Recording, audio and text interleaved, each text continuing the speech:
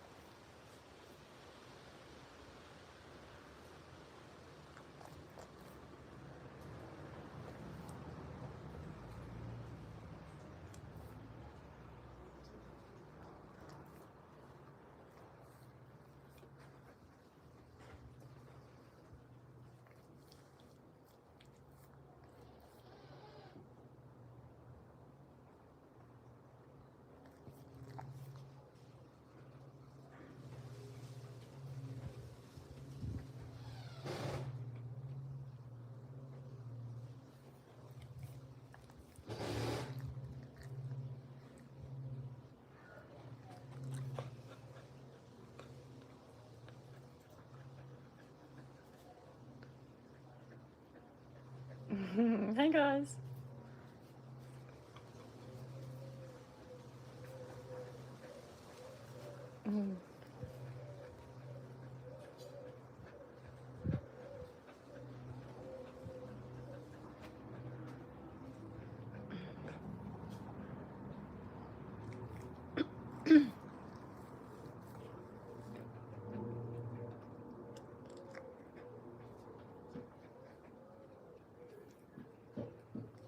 Hey everybody.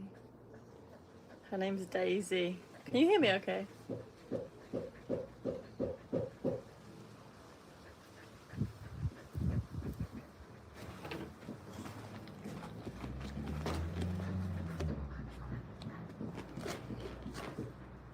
Ow! Otis. Okay.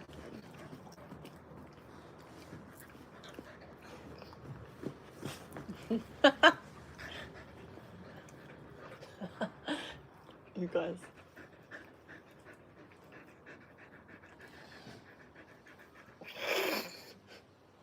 Start.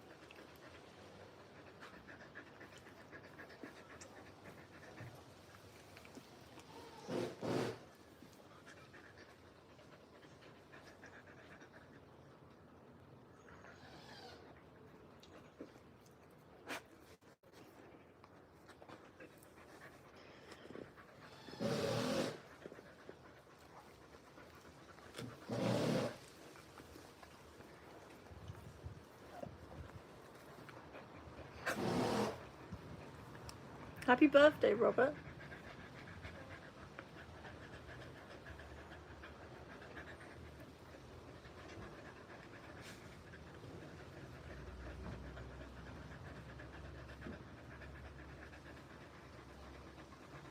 Thank you, hypocrites. Hope you're having a good day too. How's everyone feeling today? Can you all hear me all right?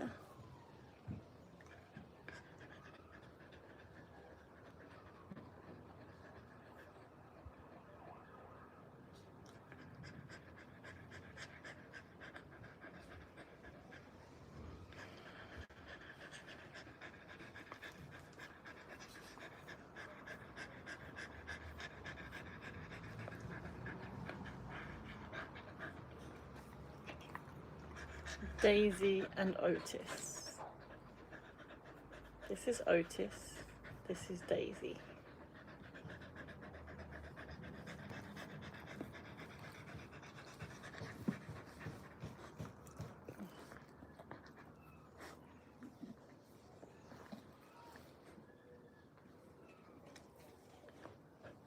Hey everyone. Okay, we're doing a live Q&A, a spiritual Q&A.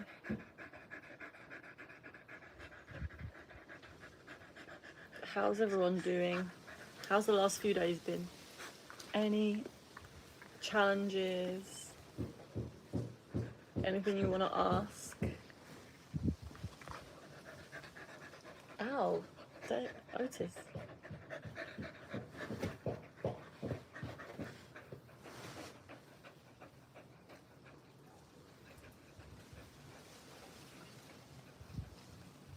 Morning, guys. Well, it's afternoon here.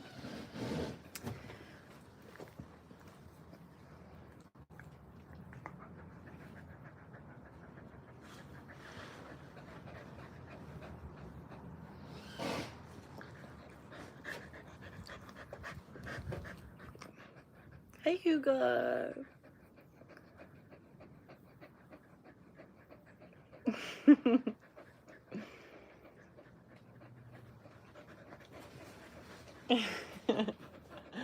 I'm looking after them. Oh, Otis. Hugo, are you? Where are you?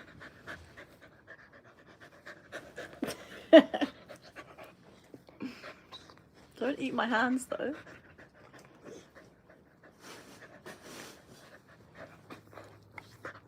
You're at a funeral. Oh, you're at the funeral. Okay. Otis, please. Don't lick my lips.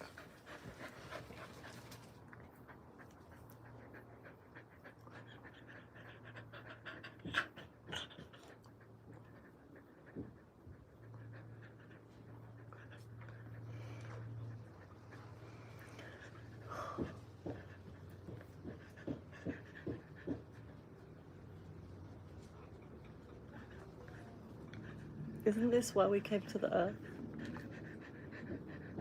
To cuddle.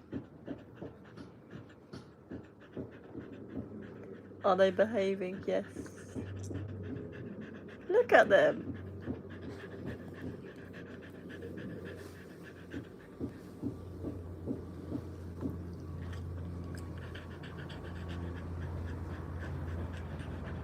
Allah, don't be creepy.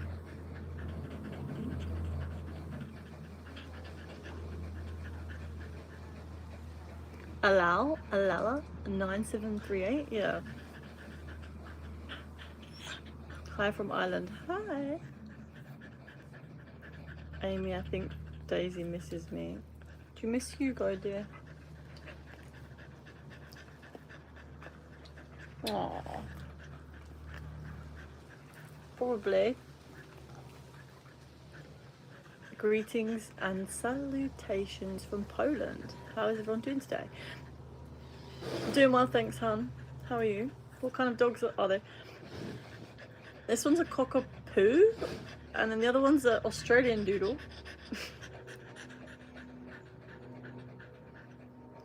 Okay, allow 9738. You're getting removed for being creepy. Timing you out.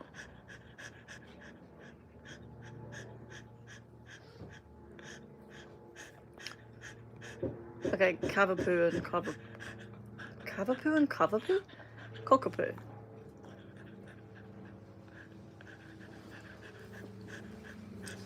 I've got two old English sheepdogs. Oh.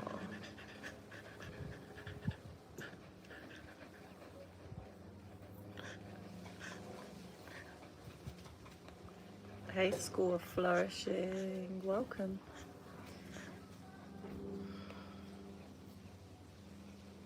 Morning, Daniel Wolf. It's afternoon here, but I just say morning back to people. You look so gorgeous and your dog looks very nice. Hope you have a wonderful Tuesday morning. Take it easy. Thank you, dear. This one's Daisy.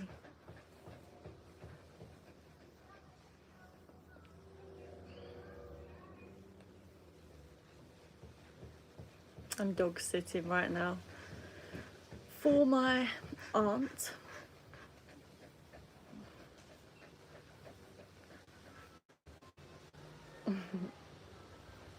Greetings from Brazil. Greetings. Daisy rules. Daisy, you rule.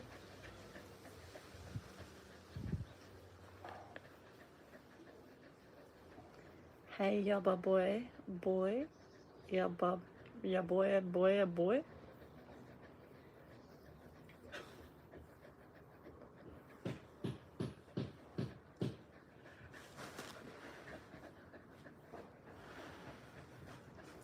What's your favourite breed? Oh, I don't think I have a favourite breed, but one of my favourite breeds is a sausage dog. I also love Jack Russells. I love corgis. I love Cocker Spaniels.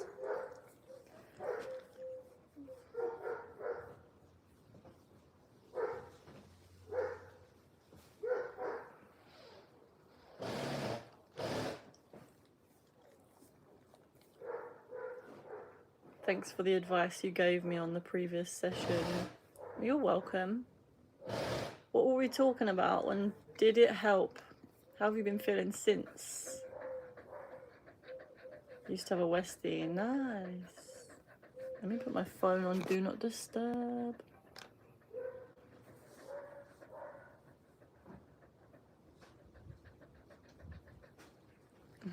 I miss Freddie too.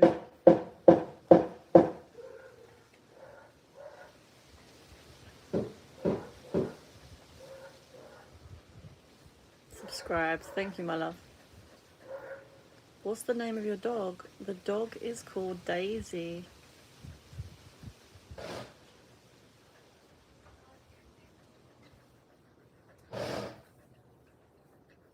Do you know anyone from Eastern Europe, Amy? Eastern Europe. Is that like Ukraine? I have a friend in Ukraine. Is that class as Eastern Europe? Sorry, my geography isn't the best. Eastern European? Tell me where that is. Tell me what country is it in Eastern Europe. London, they are my dogs, but... Oh, you're not talking to me. Howdy from Sebastian. Hey, Sebastian. Wait, Sebastian, Florida. Okay. Hey, Stephen. Welcome. Oh my god, so cute. Yes. Hello to the dog. Daisy, they're saying hello to you. I once read this. Someone was starting to have a self-induced OBE and their dog ran into the room and jumped on their body. Interesting. I've been not learning so much about OBEs, but I've been watching a lot of Darius J. Wright recently. Does anyone know Darius J. Wright? He's this guy that talks about out-of-body experiences a lot. I was literally watching his podcast yesterday. It was so good, guys.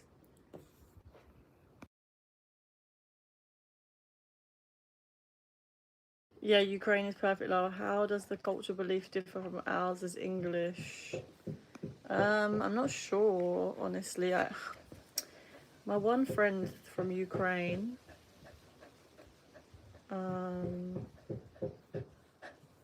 don't know, nothing comes to my head from the top of my head, but he's literally on the front line at the moment, fighting the war.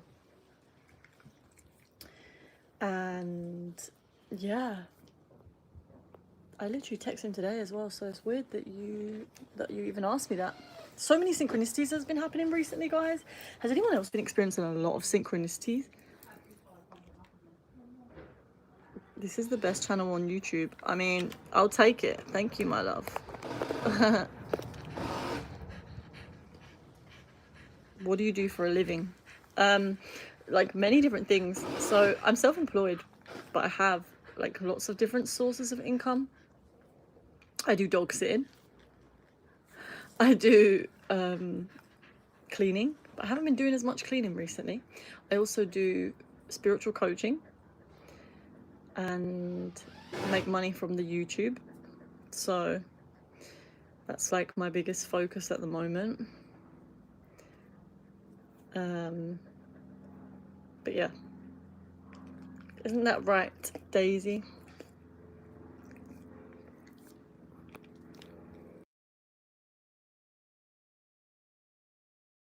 Amy, did you feed them? No. Which war? The war of Ukraine and Russia. Favorite country? My favorite country is... I want to say England, because it's like my home country. I love England. But apart from England, if I had to choose somewhere else, country that I've been to, my favorite country that I've been to. Ooh. It's hard to say. I think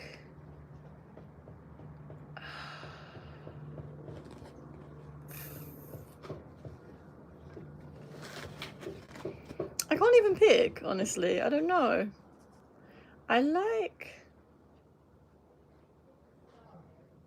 Austria's nice. I really like Austria.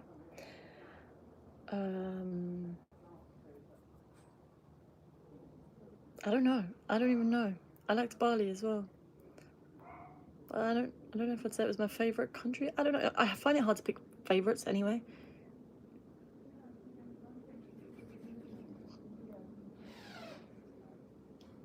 This girl who I've been going on dates with is from Ukraine. Compared to us, she seemed really direct.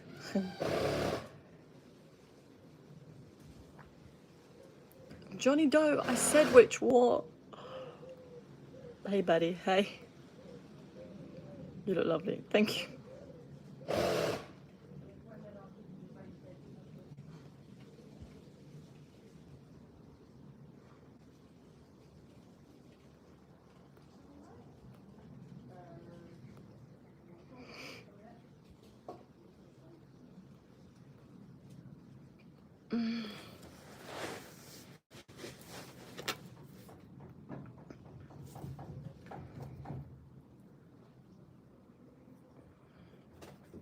The honest answer makes me so happy to watch.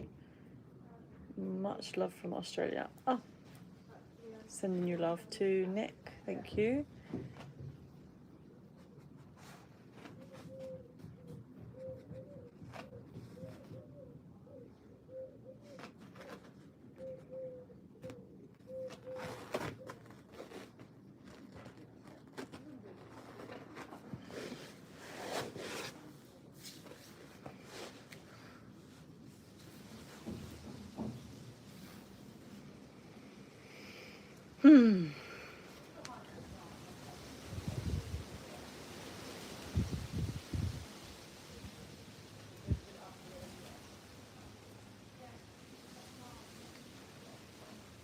Hey, Dana. Okay, Hugo. Goodbye. Morning, Sean.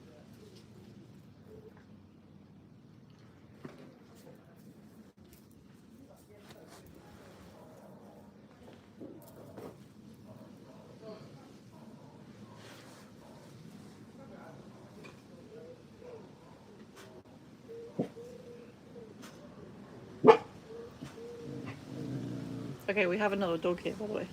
Betty, look. Come.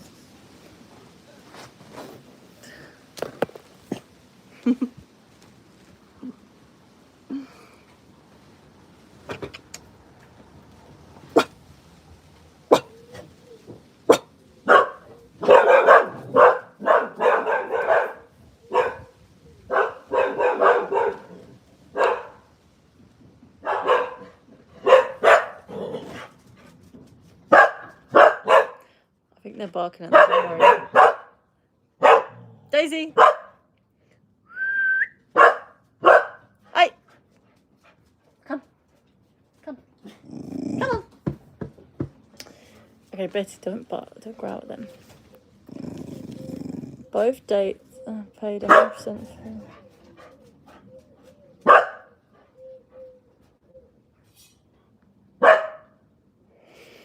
Score flourishing. How do you feel in this situation?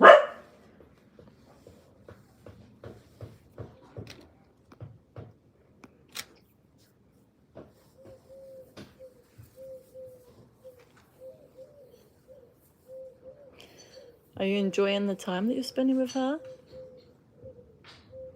She doesn't ask me much. Receptively? Receptively. Am I reading this wrong? Because she values the male taking the lead more. So she doesn't ask you questions, you mean? So you're like the one leading the conversation?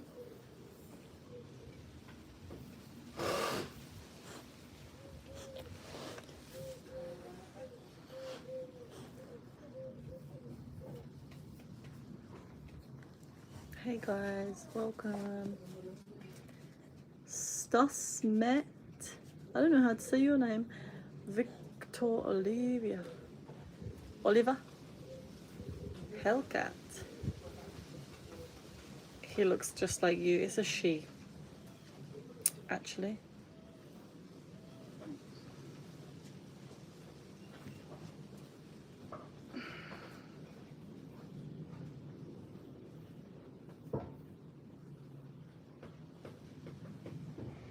Yeah, exactly that. But she reckons that it's attractive for the man to take lead, organise plans, and basically act like the authoritarian. She's a very strong, independent woman. Okay.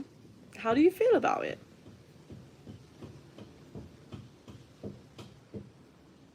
Like, what happens in your body when she says things like that to you? What's your thoughts about it?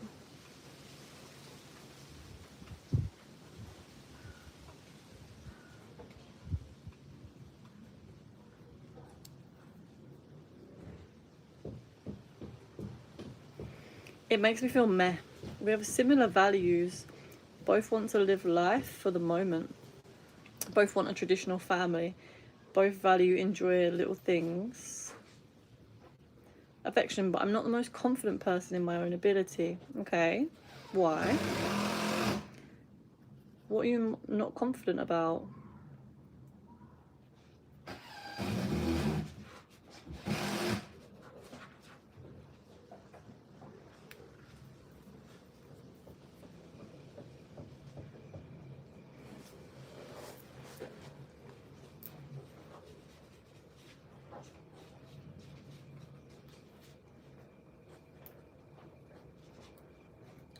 Anonymous, beware. Please don't be weird in the comments. I'm just going to time you out.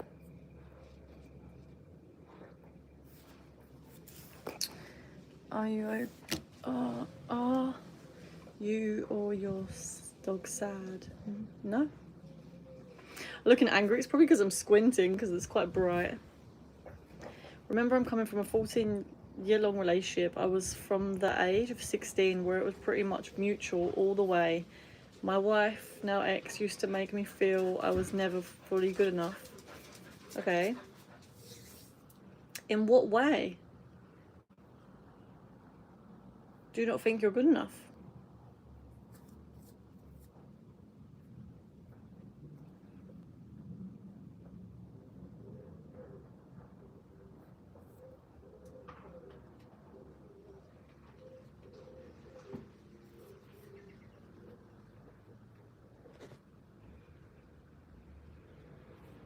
Hey honey, hope you're having a great day. Well, beautiful puppy. Thank you.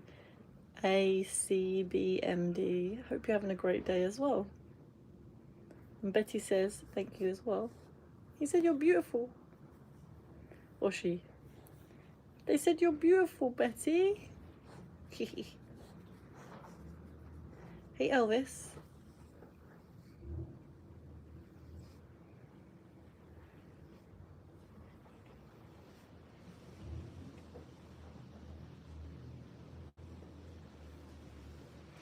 I brought in the money and worked. She was unemployed for 3 years to keep the house in check. But she still always found ways to criticize. I was never doing enough for her or my family. So when she would criticize you, what did that bring up within you? like, what kind of thoughts does it bring up about you?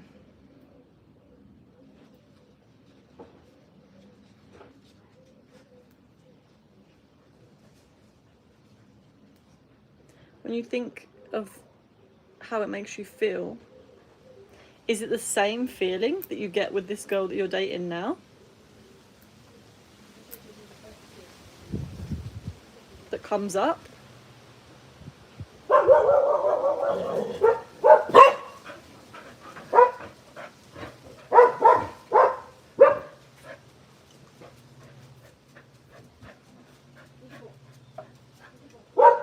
Fear of failure, self-deprecation, low self-esteem. It led me to do things that I thought was helping me cope with my life, but led to more problematic stuff for my life.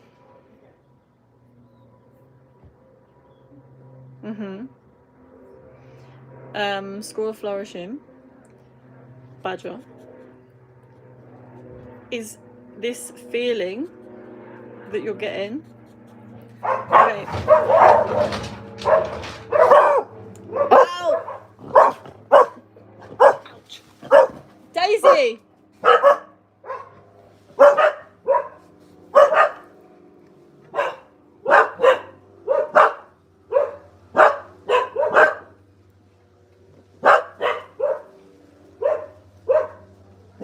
Daisy, come. Hey.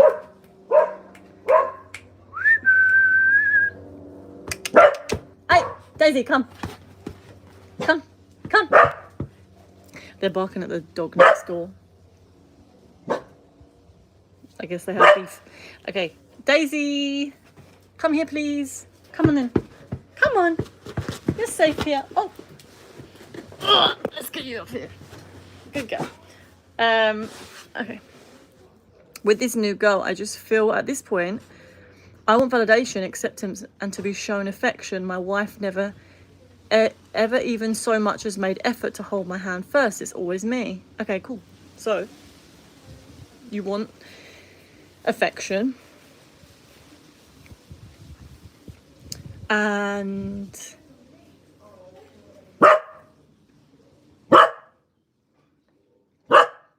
Daisy, please, can we be quiet?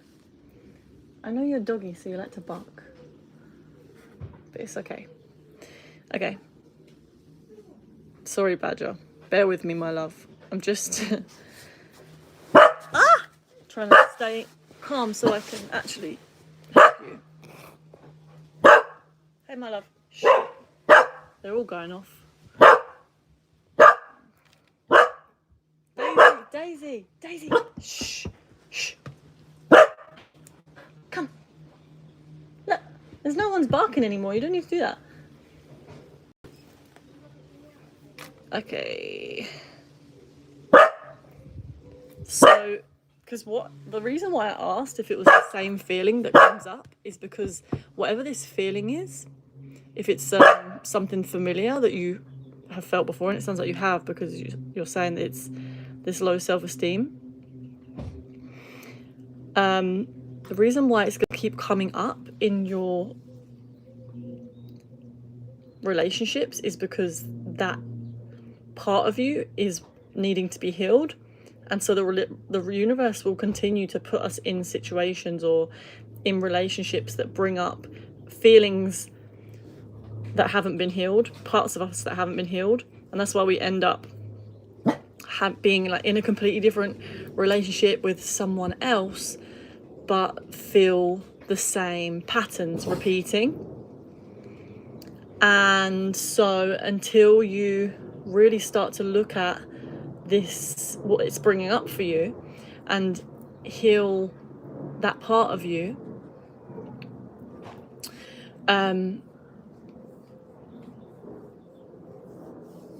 so it's one of those things where you can start to look at, okay, what is this teaching me?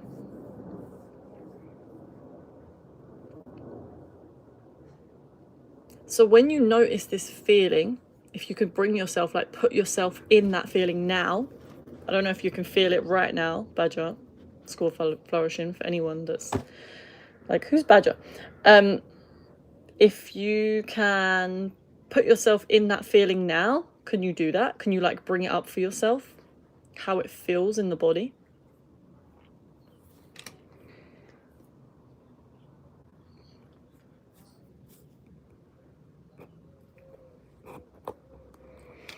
Good morning from South Carolina. Have a super day. Hey. It is 3:30 in the afternoon, Diksha. Daniel. Hi, Amy. Okay. School flourishing. I want someone to put me in a bubble wrap. Give me a long, hard squeeze and just hold on to me for me to fully feel comfortable and that they have my back no matter what. Okay. Yes.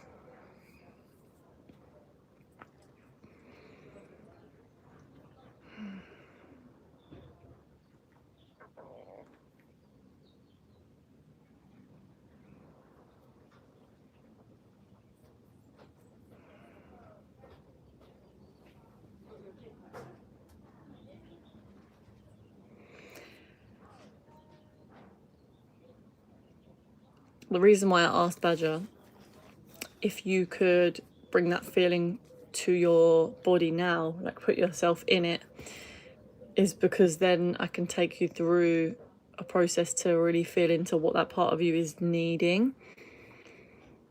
So like remember a time when you were with the girl that you're currently seeing, probably because it's the most freshest, and when you said you felt a bit meh, like maybe there's something that she said that triggered a feeling in you that was strong. If you have any like moments that you have remembered where even maybe you weren't with her, it was after or something, where you've noticed this feeling being really strong inside of you, can you bring it up? Like, can you take yourself into it?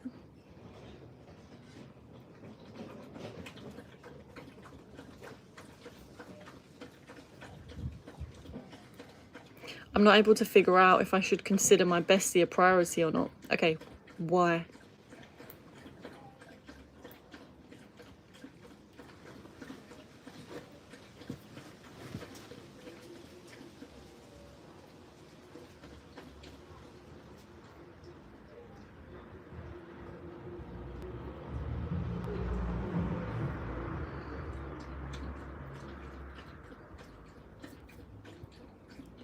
Hey, I'm saying, hey, Louisa.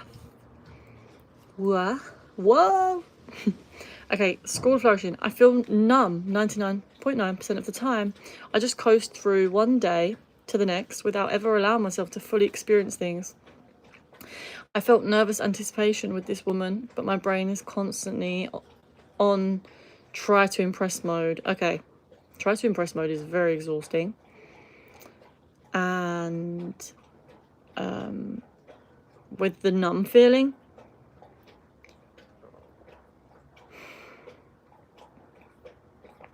I would start there because it's almost like you have to feel into the numbness.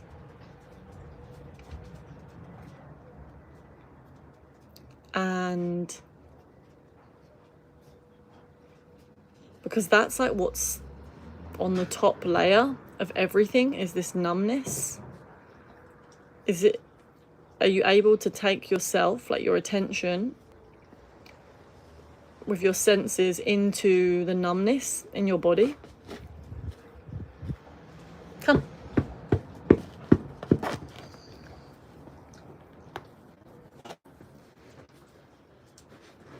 Come. Come on.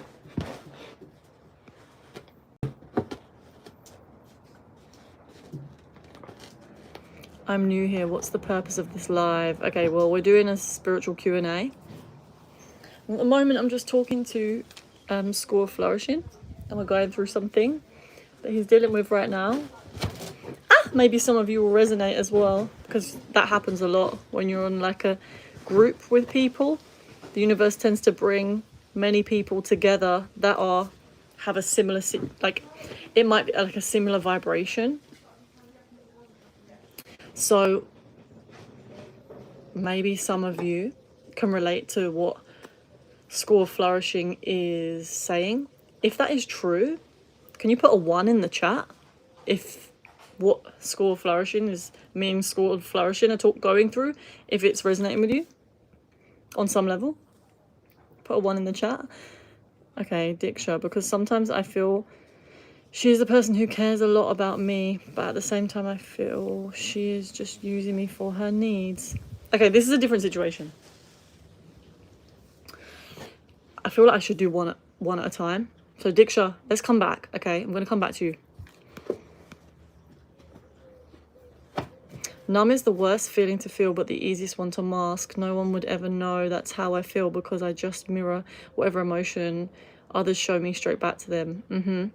So, School of Flourishing, you need to allow yourself to feel this numbness, because underneath the numbness will be more feeling. It's just that once a lot of the time as well, when we go into our feelings, like when you send your attention into your body, we can become numb, because I think it's some kind of protection thing that we do subconsciously. And so when someone is noticing numbness, what you want to do is allow yourself to feel that numbness, because numbness is actually a feeling, even though it's, I don't know, it's a weird one to explain. But you want to really allow that numbness to take its natural course in your body, but you have to give it attention.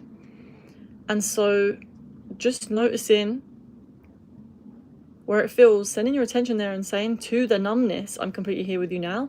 And you might notice that the numbness starts to shift into something else.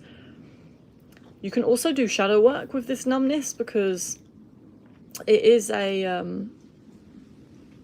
trauma response.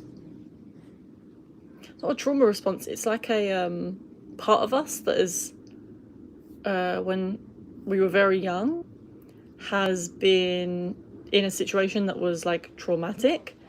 And so in that moment, that part of us has gone numb.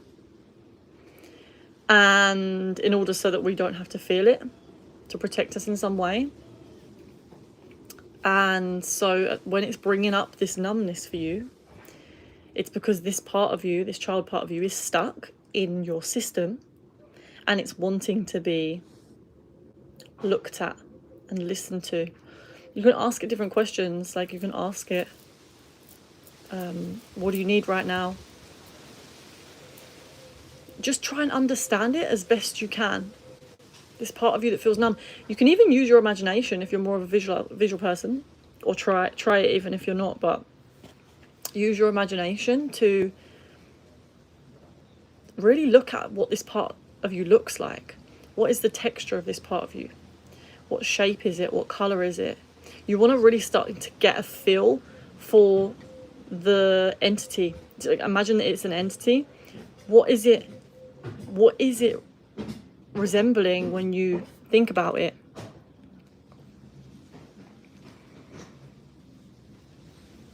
The reason why we're doing this, guys, is because we want to start to see it for what it is. Because when these parts of us are deep in the subconscious, we're not really looking at them. We're not seeing them. And because the subconscious is ruling most of our lives, for example, the thoughts that we have, the actions that we take, the words that we say, are a manifestation largely of our subconscious beliefs and conditioning and thoughts in the subconscious. And so when we feel a feeling like School of Flourishing is right now with the numbness, maybe we're going through a period where we're noticing that we're quite numb, we want to really understand this part of us that has decided to be numb. And we want to understand why it's doing that, what it is that it wants us to know, what it's afraid of, because there's a reason. The reason why the part of us is becoming numb is because it's afraid of something. And so you can ask it what it's afraid of. You can ask it, like really just get a feel for it. And then once you have a feel for it, you create space between you and that part of you. It's almost like I don't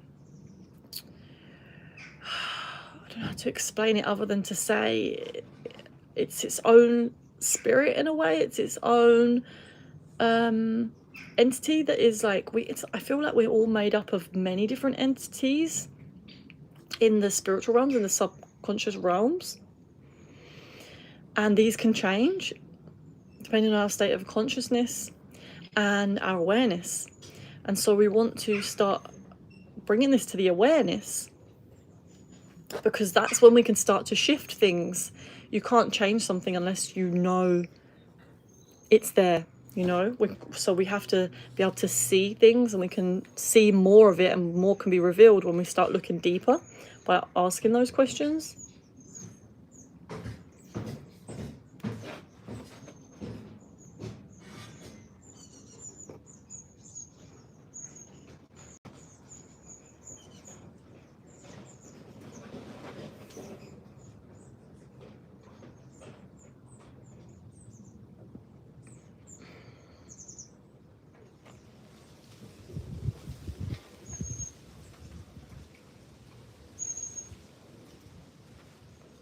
What kind of accent do you use?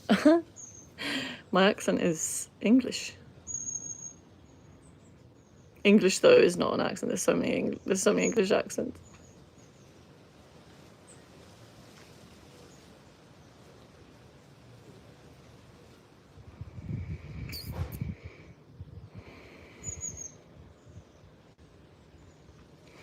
Someone said perhaps numbness is a defense mechanism to not feel anxiety. Yeah. And so it's like important that you allow yourself to feel the numbness first, because you can't like force yourself out of it. It's something that will naturally start to shift as you give it attention. Oh, thank you, Adnan Khan.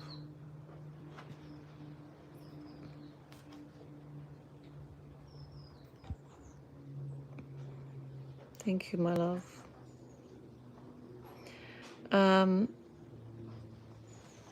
Diksha, okay, let me go back to your other School of Flourishing. Were you finished with that one, or did you want to go into it more? It's probably just one of those things that at the moment you need to go into that feeling of numbness and just feel that. And then when the next part of you is ready to come up, it will naturally come up.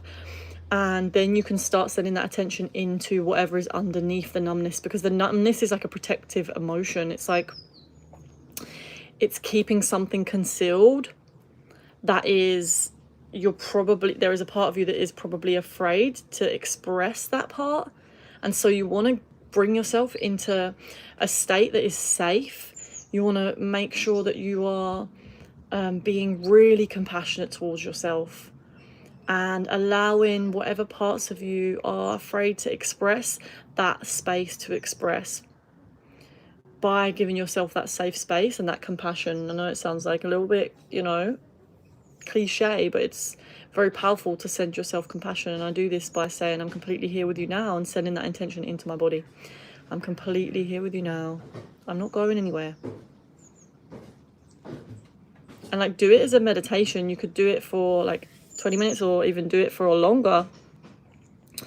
And if you want to go into a shadow work session, that would even be even better. If you get like a strong feeling come up, it may be a good idea to do some shadow work with it. Okay. And I can go through how to do the shadow work. Diksha says, I don't know if to prioritize this friend, okay? Sometimes I feel she is ignoring me because she took me for granted. And I feel I should get out of this friendship, and suddenly when I try to get away from her, she calls me again, and I get into the same thing. Okay. And then you did write another comment, so I'm going to see what it said. I felt I was just chasing my friend because I considered her as a top priority. Okay, good. I'm glad it helped School of Flourishing. Okay, so you felt like you were chasing your friend. So basically what you're saying is, was it that you were making more effort than her? And and you stopped. Okay, she's ignoring you.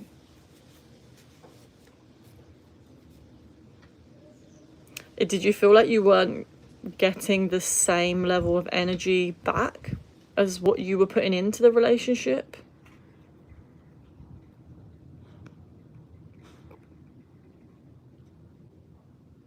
Gary's grandma's self-care is so important. Yes.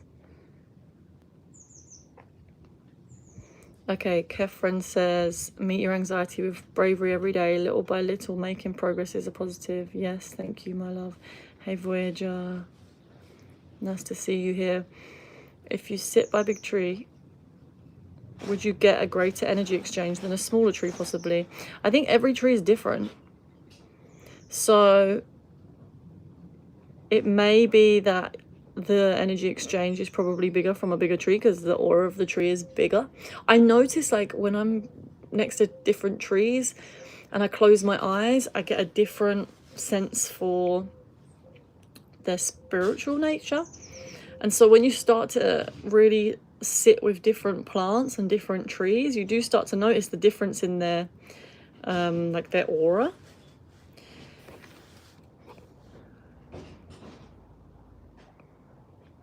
I don't know about greater energy exchange. I'm not sure.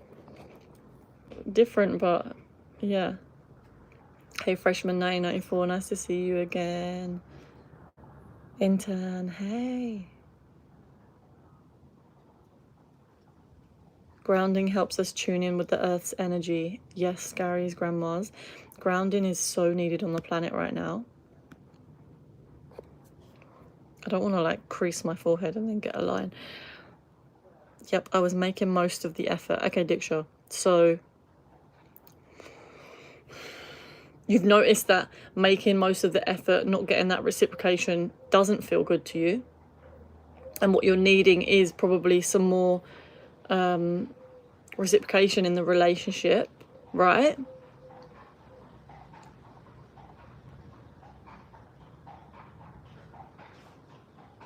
I wasn't getting that same energy back. Because I think reciprocation is really important in relationships, guys. I think it's the way that nature works well in harmony, is when there is like symbiosis in relationships where giving, receiving is in balance. Maybe not like exactly in balance, but it's not to say that it's very much a personal thing to know how much you want to need to receive or get in order to feel replenished. Otherwise we can feel very drained. If we are giving more than we are receiving, we start to get very tired, we start to get very drained and maybe irritated as well, or we might feel resentful of the other person. So it's important that we are communicating what we need, and if the other person doesn't want to reciprocate or is not putting in the same energy or effort than us, then it's obviously something that we have to decide whether these relationships are actually good for us.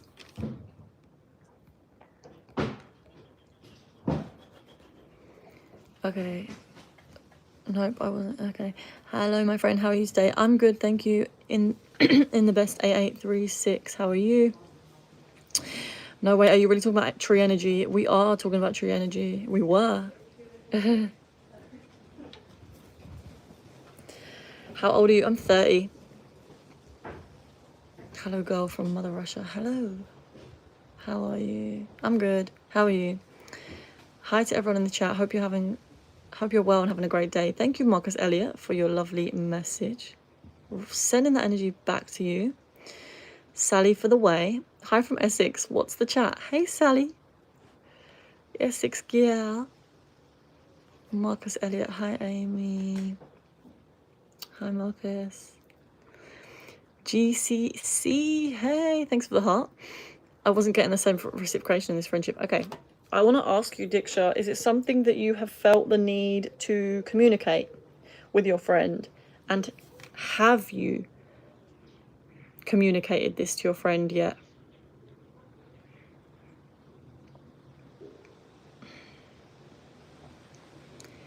Frequency. Yo, thank you. I have never heard someone talk about tree life before. I've always called it Tree Life Force. It's amazing. Yeah, okay. I love that. I love that. You call it Tree Life Force? So you feel it as well?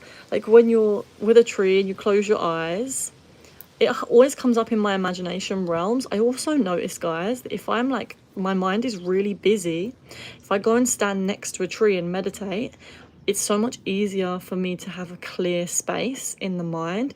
So I always think, like, if you're having like a lot of mental overwhelm, then sitting in nature or sitting by a big tree, even a little tree, but like I guess the big ones do seem to have, like, I don't know, there's this one tree in my garden and it's so powerful, and it's not that big, but it's quite big.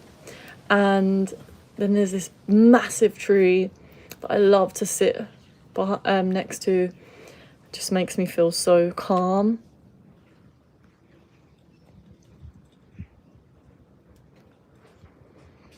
You're so pretty. Thank you, dear. Hi from Manchester. Hey, Rez. What do you think of Islam, my friend? What do I think of Islam? I think there's some really beautiful things about Islam. I think there's a lot of distortions as well. And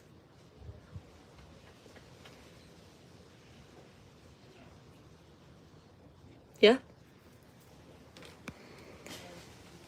Elizabeth, hello. Hey.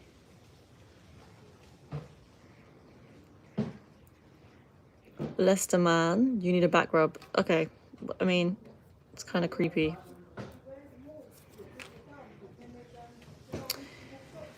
Diksha, but when I decide to leave her, she just calls me once and I just change my mindset and I'm getting hurt and again and again. Okay, well, this is the thing. If you have a boundary, if you decide to leave someone, if you decide that this friendship isn't for you, that's your boundary. I think what people don't realize with boundaries, and something that is a game changer to understand with boundaries is not trying to get other people to do something. Boundaries is, if someone acts or someone does this, the boundary is, this is what I will do. The boundary is, what will I say yes and no to? And so if my boundary is, I will not spend time with people that are not reciprocating the energy, that there isn't a relationship of reciprocation, and then I continue to spend time with people that are draining my energy, then I am crossing my own boundary. Okay? Now, you can communicate this to your friend. If you can I ask, Diksha, is this a romantic relationship or is it just a platonic friendship? Or is it someone that you like more than a friend? Yes, ma'am. It's like they are extensions of ourselves. Yeah. I think that we're all... I don't know how to say it. I don't know how to put it, but like, we all are existing in this auric field. And so when we interact with plants, our auric fields are merging. And if you can learn to go into the auric field with your mind's eye, that's how people get really good at reading energy, is you start to learn how to enter into that space. It's the space that you find in meditation. And then you can start to feel the aura of other beings and other forms of life.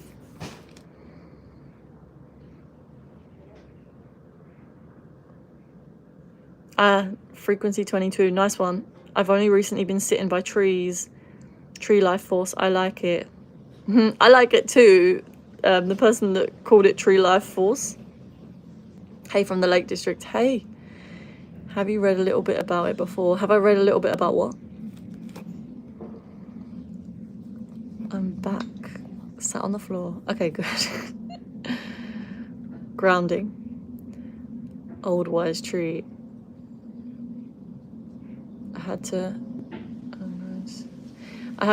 move on. I'm going to subscribe so I can find your channel again. Thank you, my love, for the sub. Hi friend, do you wear earrings? Yes, I do. Not today, obviously.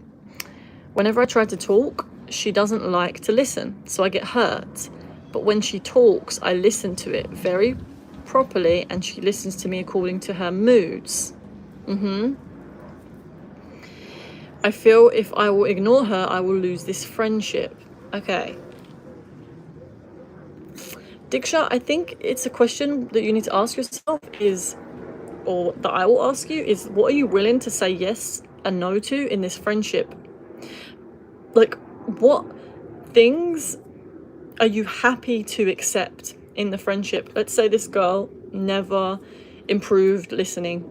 And let's say that she never, when you had conversations with her, like, you could try to change how you communicate to make it more clear. You could literally request from her certain things. Like, let's say, for example, if you could get really clear on what it is that you want. Let's say that you want reciprocation from her, so you find a specific example where you felt, let's just say that you were asking her out all the time and she never asked you out, and you said to her, look, like, the last 2 times I've asked to see you and I'm needing a little bit of reciprocation.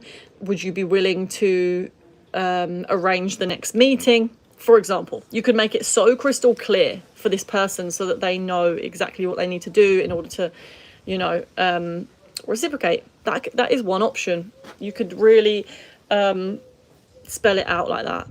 And then the other person has the option whether they want to do what you're asking, what you're requesting, and that's up to them, because we can't force people. We can only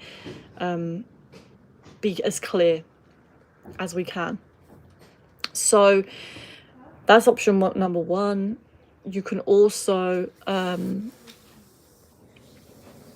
okay, no, let me scroll down and see if you responded.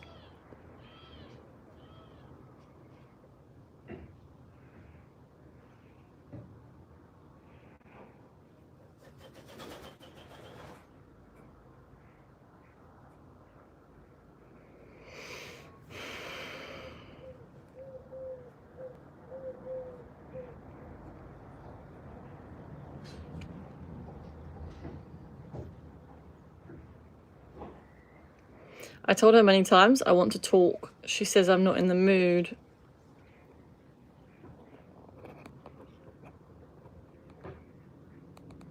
Okay, so one thing I want to ask you, because you said that you decided you didn't want to be friends with her anymore, right? So I want to know why you went back on that. If you had decided I don't want to be friends with this person anymore, when she came back to speak to you, that tells me that you have another part of you that does want to be friends with her. So maybe you have 2 parts that are in conflict. One part is saying, I need more, or I don't want this friendship. The other one is saying, I still want this friendship. And so maybe we need to find a solution that both parts feel happy with what you're choosing. So tell me if that resonates, Diksha. If what I'm saying is right, if that's true. I don't want to lose her if she tries to come back. Okay, so there's a part of you that doesn't want to lose her. That's very normal.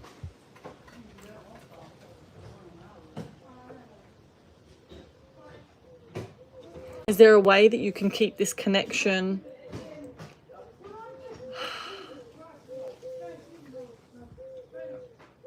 maybe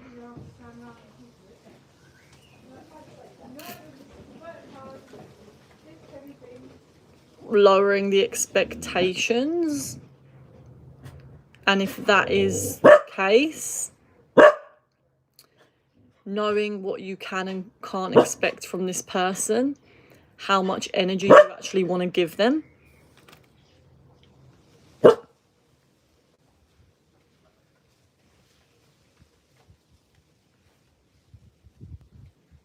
Hey Hey Arila, how are you? I'm good, thank you. How are you? Marco Hearts, hello from California. Hello, Marco.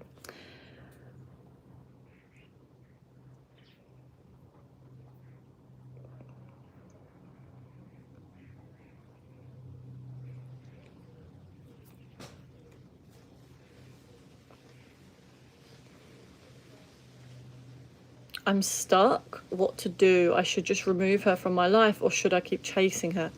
Well, I would say that the option of chasing is never the best, because does it make you feel good when you're chasing her? Like, this is the thing. We don't want to keep falling into the same traps, repeating the same patterns over again, because you're just going to keep repeating it until you learn. So from what you did to me before, is that when you chase her and she's not reciprocating, that it doesn't feel good for you.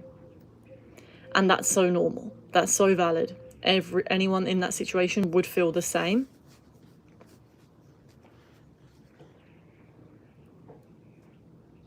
Never. I feel so bad. I don't want to force her into this friendship.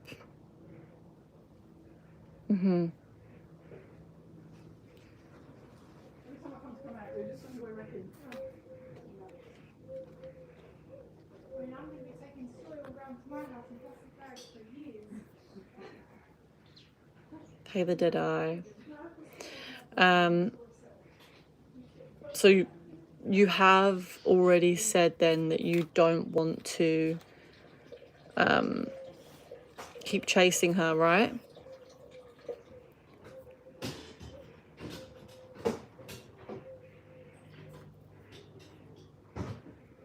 Sounds to me like what you really want is a relationship or a friendship. In your friendships, you want them to feel like there is a equal amount of energy exchange going in.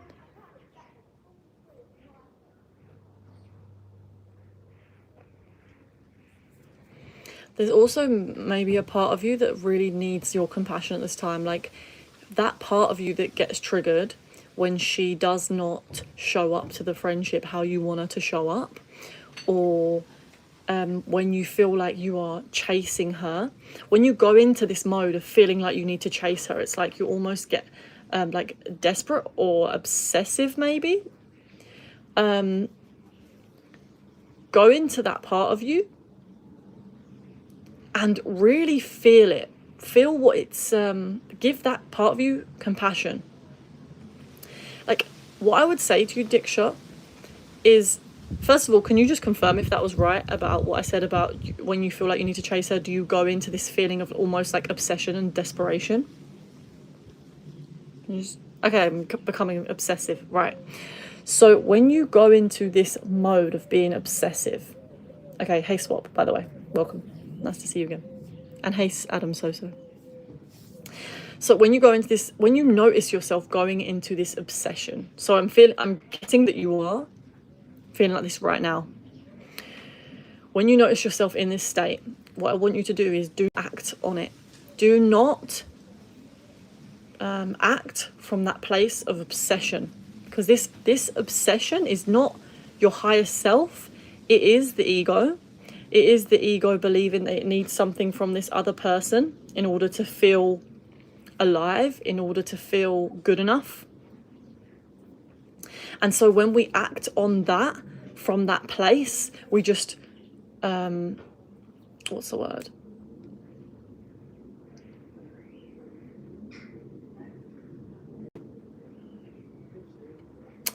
Reinforce the ego's belief when we act from that place. And then, because I could go into it deeper, but it's like if you act from that place, the ego gets what it wants from doing that. It becomes this vicious cycle.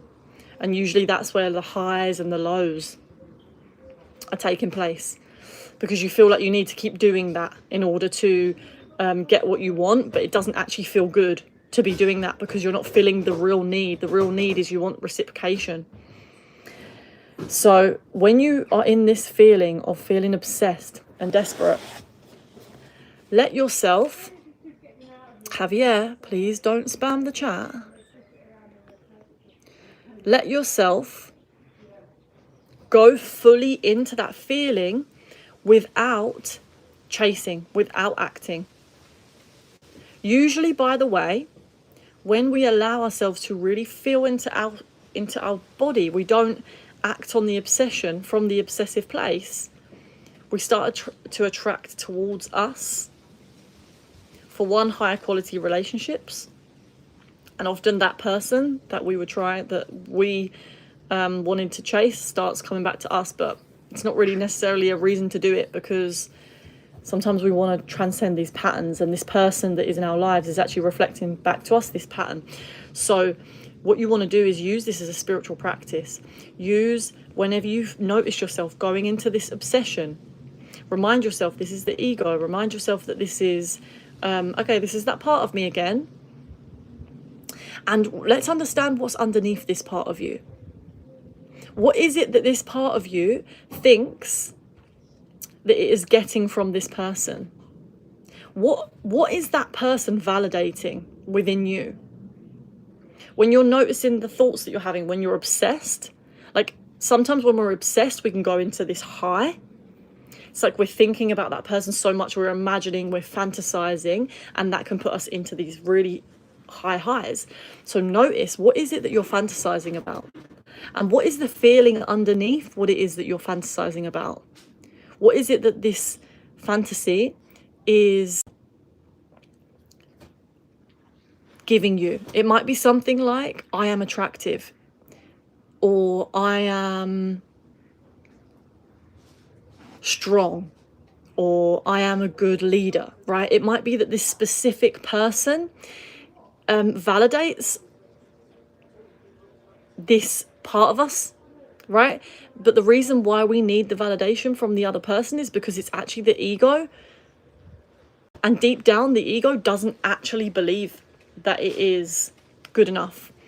And so it needs other people to validate that it's good enough. And this is where the desperation comes in, because when that person is away, the ego is now being threatened. The ego's belief is now being threatened. And so we desperately try to cling and bring them back to get rid of this feeling of whatever is underneath this feeling of I'm not good enough in some way. Did you notice anything, Diksha? Is there anything specifically that's coming up for you when you're noticing the obsession? Is anyone else resonating with this as well?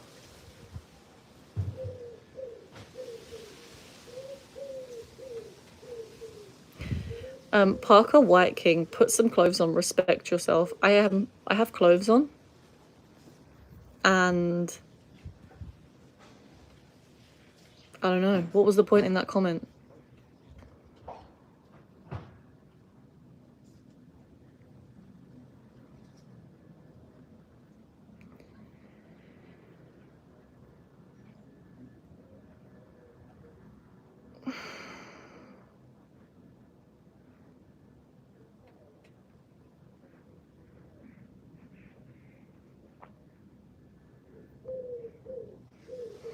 I never had a friend like her. We were very good friends. We used to share our routines with each other. I want to keep someone like her in my life so I can share my feelings with her wholeheartedly. Okay, so you like the fact that you can be open with her?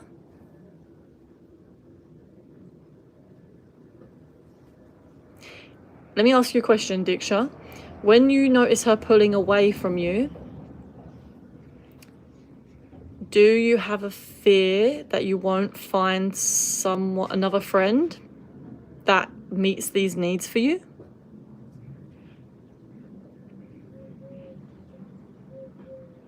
Almost like she's the only one that can provide that for you.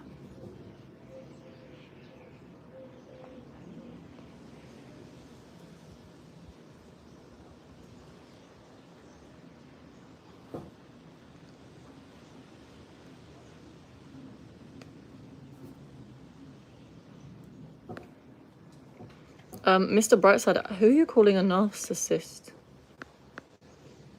You said definitely feel good. He sounds like a narcissist. Who are you saying sounds like a narcissist?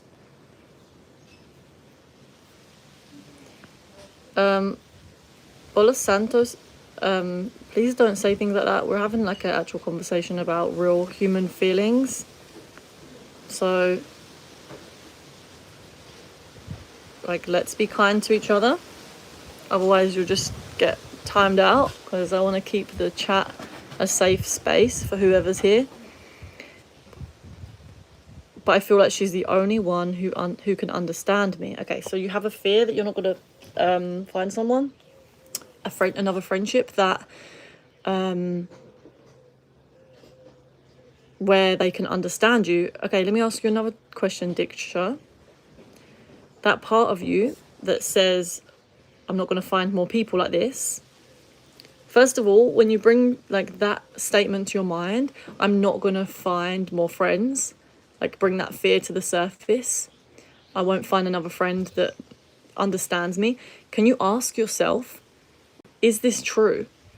How can I know that this is 100% true?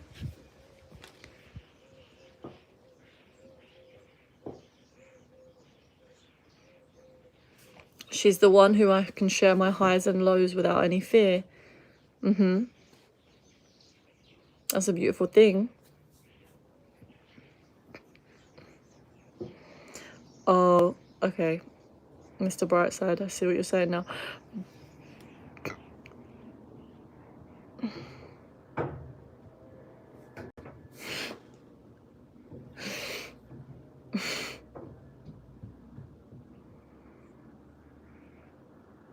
This is Amy the Wee. No one. Okay, no one can be like her. Okay, but then you're putting a lot of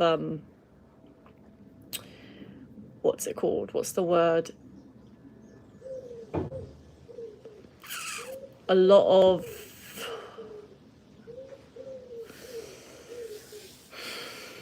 guys, if you know what the word I'm thinking of, put it in the chat. It's like when you're putting so much pressure on, not even pressure, but it could be almost like felt like pressure in the spiritual realms, you know? This is why a lot of the time when we are becoming obsessed with someone, they tend to pull away, because spiritually we're putting a lot of pressure on them to like meet our needs, and that can be very that can push some people away. So especially if they're not at the stage where they want to take on that kind of, what's the word? It's like responsibility, okay? So it can feel like a lot of responsibility. So, where are you? Where's that comment gone? She's the one, okay. But also I get it, by the way, because you said, maybe I'll make new friends, but nobody can become like her, right? Well, obviously she's a unique individual. But right now it seems like your mindset is in this place of, I'm not going to find anyone like her. I'm not going to meet anyone as good as her. But you've got to ask yourself, is this true? Is this 100% true? Like, really ask yourself that. Is that 100% true? Diksha, do you truly believe, wholeheartedly, that you will never meet someone like her? Or that no one will ever fulfill these needs that she's fulfilling for you? Do you truly believe that?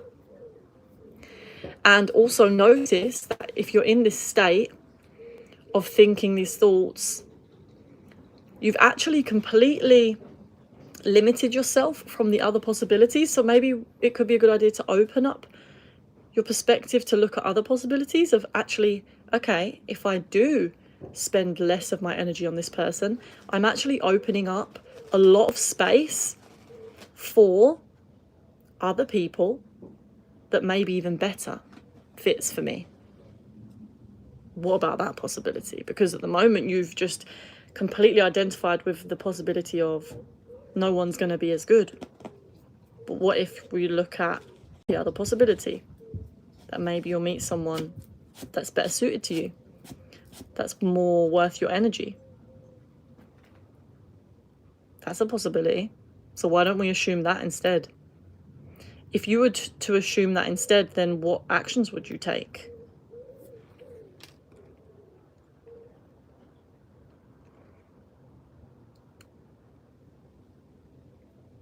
Is that window real? It's not a window, it's a mirror. If I will go away, do you think it will impact her? I don't know. No one knows the answer to that question other than her. And it's not a reason to leave someone, to try to get them to love you, to get them to treat you how you want to be treated. If you want to spend less energy on someone, if you want to give someone less access to you, that needs to be from a place of, I'm doing this because this is better for me, but not in order to try to manipulate that person to care about me. For one, that's not going to feel good for you, because subconsciously you'll know, and maybe you'll be asking the question of, if I didn't do that, would she ever have put in the energy, you know? It's also just painful, like, to be putting yourself in that situation where you're like, if you're gonna leave someone, it needs to be like fully like, I am reducing the access that this person has on my energy field, meaning I'm going to stop thinking about them so much. I'm going to be present in my day, because the minute I say, okay, I'm going to leave them so that they chase me, I'm then thinking about it all the time, like, why are they not chasing me, or are they chasing me, or are they thinking, like, we're meant to be bringing out the access to our energy down.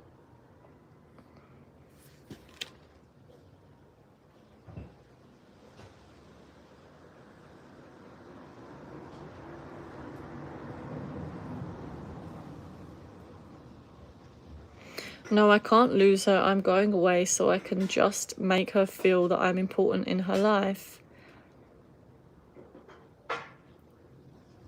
I can't lose her. I'm going away. Okay, earlier you were saying that you wanted to stop the friendship with her. Now you're saying you can't lose her. There's obviously a part of you that really wants to, like, that values this friendship. And so I wouldn't throw that part of you away. I would listen to that part of you as well. But you need to take into the account the other part of you that also wants reciprocation. Like, you can't abandon any of the parts of yourself. You need to listen to both and what both their needs are, and then move forwards with a solution that meets the needs of both. Whether that is that you reduce access to your energy. Diksha, you don't have to put as much energy into it as you was before. Maybe you were thinking about her a lot before. Like, you got to think about how thoughts are energetic currency. So if you're spending a lot of your energy thinking and obsessing over her, bringing your attention back to the present moment, bringing yourself back to self-care rituals, really looking after yourself in the meantime, and then giving her only a portion of your energy, that is enough, that makes you feel good, that you are putting energy into this relationship still because it's important to you and you value it, but not too much energy so that you feel that you are overextending. And you'll know the balance. You'll know in your body how much is the right amount, and that can be manifested in many different ways. Like, what are you going to say yes to? What are you going to say no to?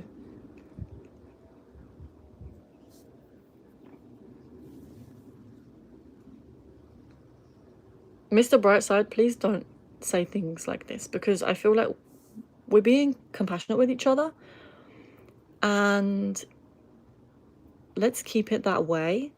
You know, we don't know that she doesn't like him. That's not true.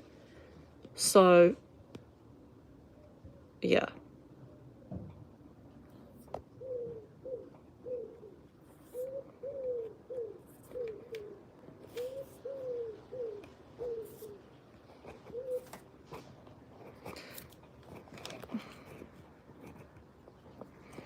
Right, you are right. I think I should keep my energy limited with her. What does that look like for you?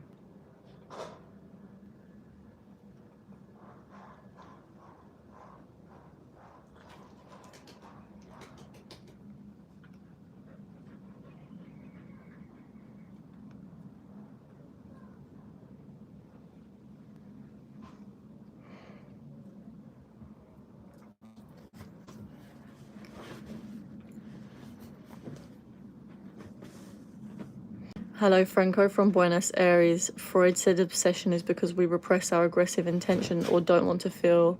Yeah, I think we get really obsessed with someone when we are like fantasizing, and it's, yeah, it goes back to what I was saying earlier. I'm not going to go into it again. Thank you, Mr. Brightside.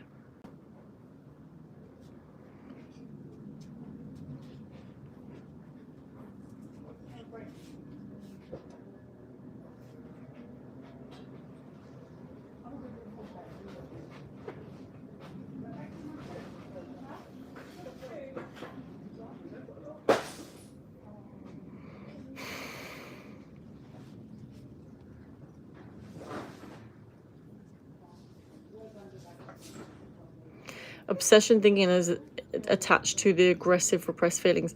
What I observed with obsession is it's when the ego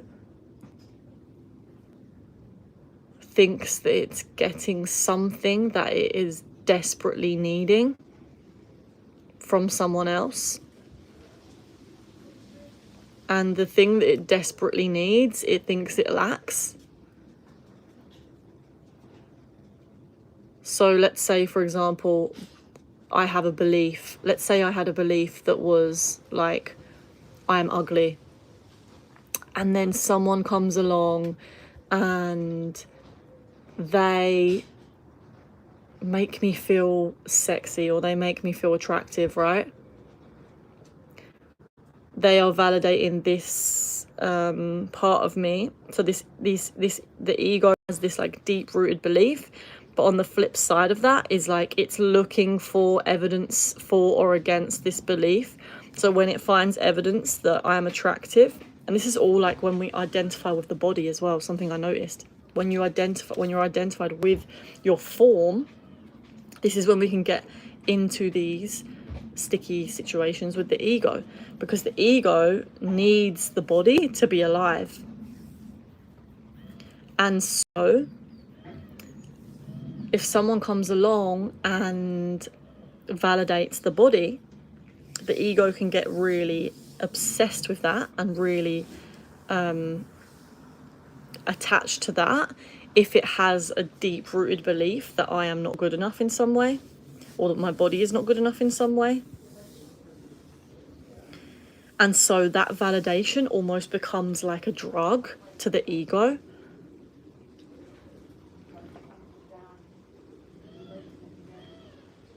And as soon as it feels like that person is like, maybe we are, there's a threat to that validation, we become very obsessed. Like that's when we start chasing and we start trying to bring it back to us, because it's like, this like feeling is not being validated right now. So I need the other person to validate it again, instead of when we come back into wholeness and we remember who we truly are, which is not the body. The body is a manifestation of our soul. It's a manifestation of, I don't even know how to explain it, but it's not our true self. When we remember who we truly are, then we no need to be so obsessed with the validation of other people. We can enjoy connecting with someone without feeling like that validation is desperately needed. Does that make sense?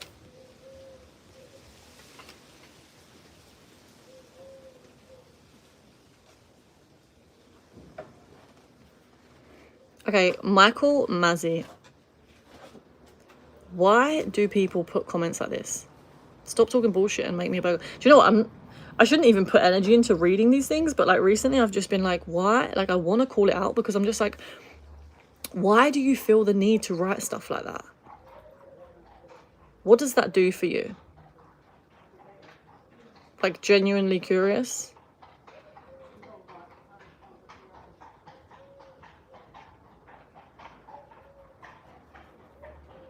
Sometimes obsession can be a good thing. Delusional is a dangerous thing.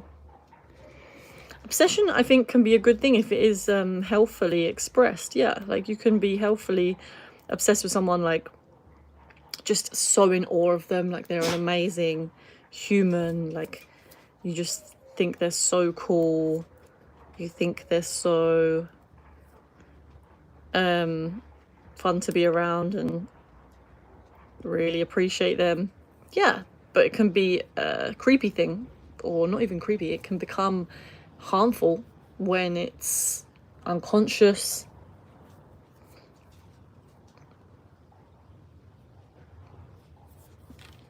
Okay, Ali, if seeing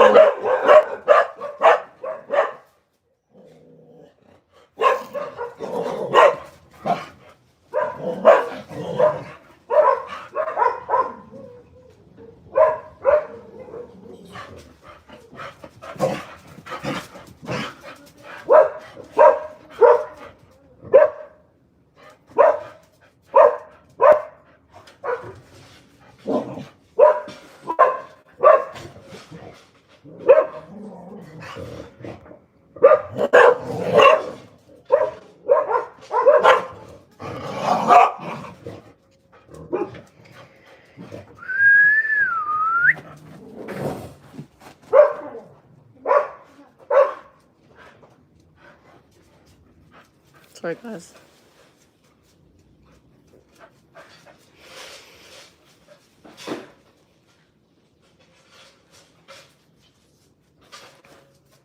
Is anyone resonating with what I was talking about? And Diksha, are you still here?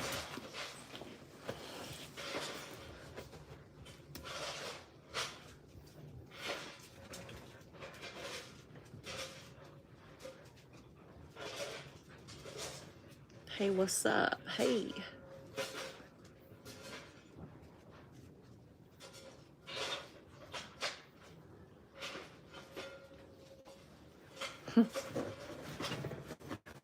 Okay, Diksha, how are you feeling now? Did it help? Is there any other questions that you have? I don't know.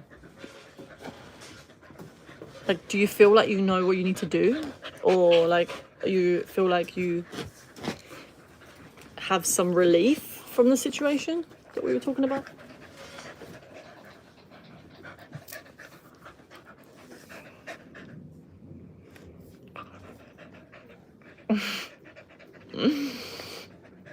You look like Joffrey. I get so many people saying I look like Joffrey, I look like Haaland, I look like Celine Dion. I look like... Ow! So many people. Oh gosh.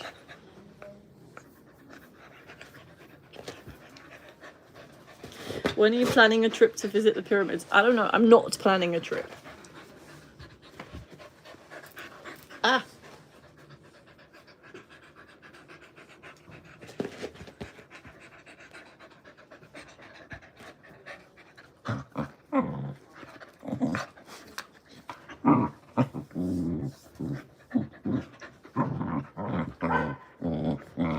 Women, what?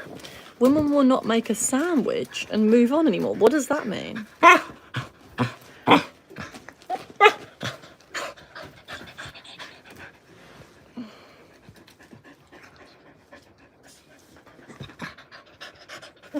Hey Scott, have you visited India? No, not yet.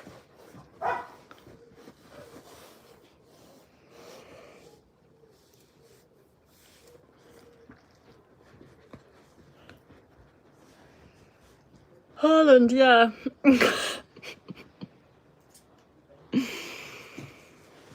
And you look just like you and you're great. Thank you, K2 the KK. Thank you.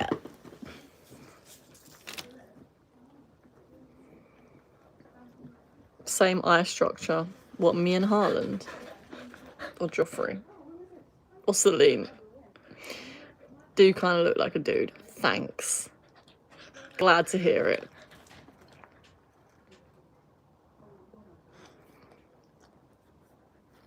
I mean, I've been told my whole life that I look like my brother, so...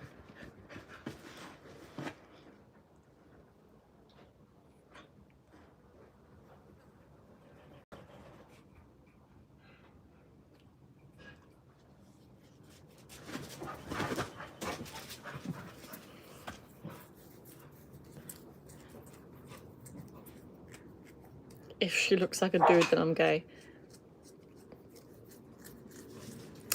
I asked you once, again respectfully, do you always do an in-depth analysis of the people you engage with, or just yourself, Dr. Mark?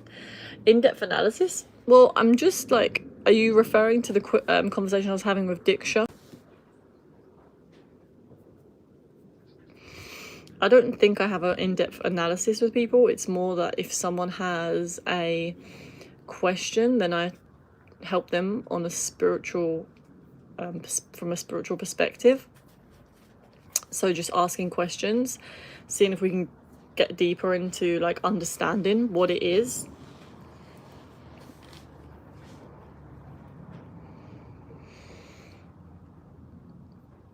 Intuitive questioning, filling into their experience.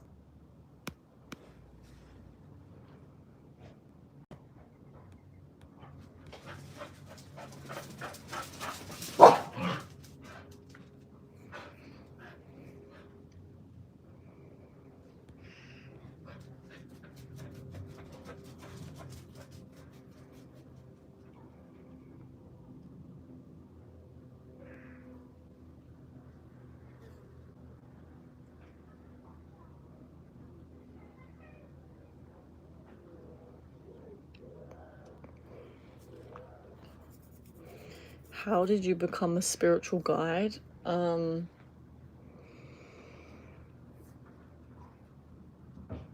don't know. Basically, I just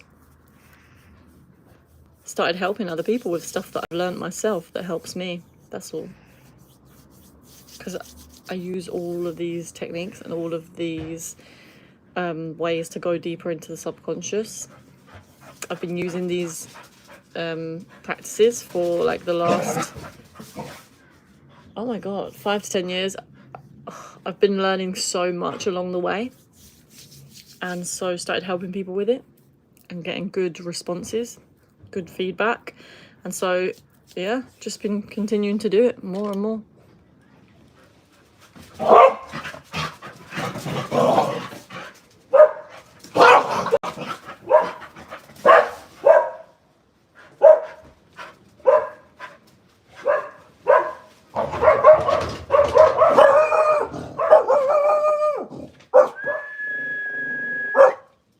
Guys, Betty, come.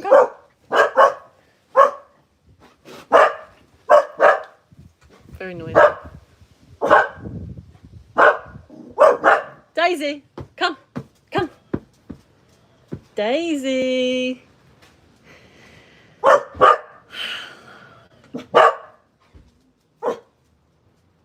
Come.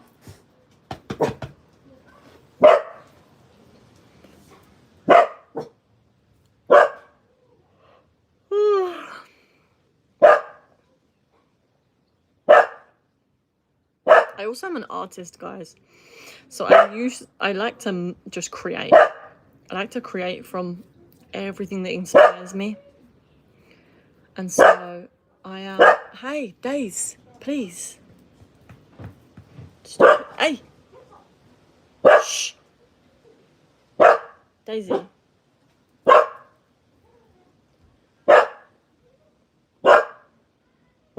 Do those dogs sleep in your bed? They're not my dogs. Daisy. Can you be quiet now? Thank you.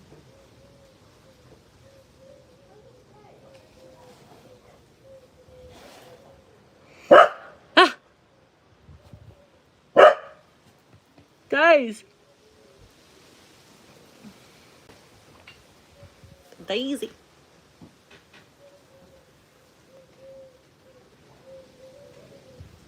Basically, there's also a lot of things that I've overcome with the spiritual practices that I talk to people about and I share. And I've learned so many different things that have helped me overcome so many different challenges. Like, there's so many. I used to be so socially anxious, and sorry guys.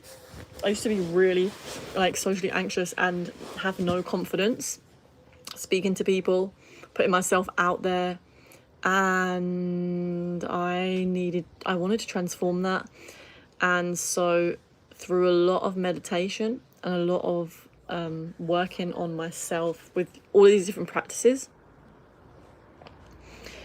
I am a very confident person now.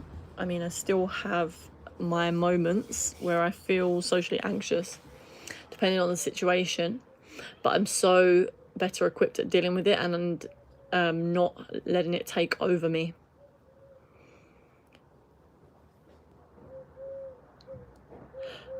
Hi, Marina is a dreamer. Oh, Marina's a dreamer. I love your handle. It's good. And Tommy, don't be weird. Guys, please don't be creepy and weird.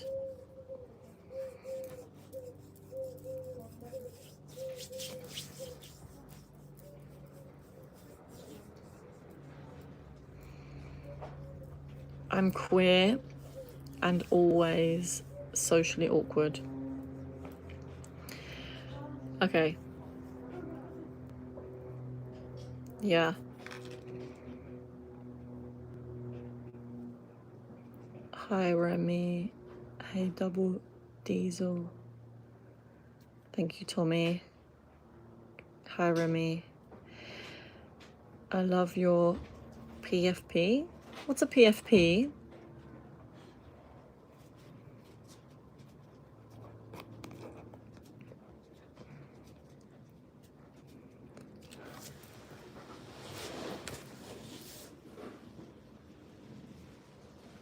Profile pic. I feel so, maybe. Cool. Thank you.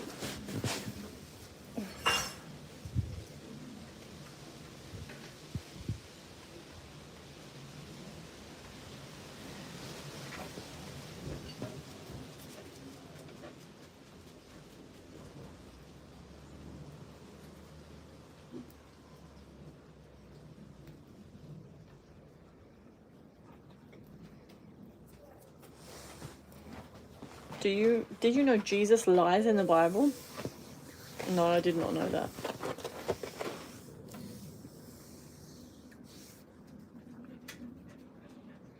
What do you think Jesus lied about?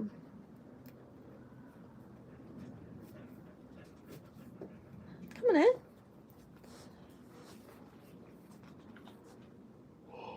Why was I yawning today? I had so much sleep. Come on, Daisy. Come on. Come on.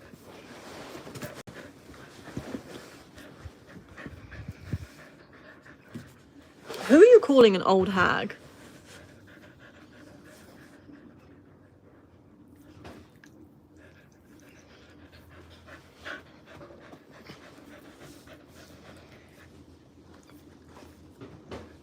He said his second coming would happen before his 12 disciples died.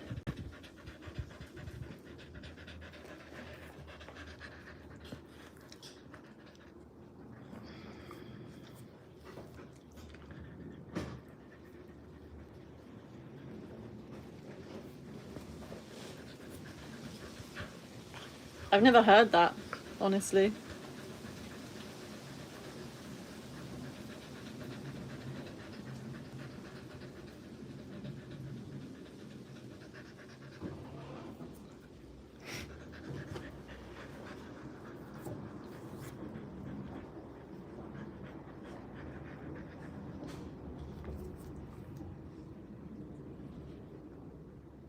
Why are you scared?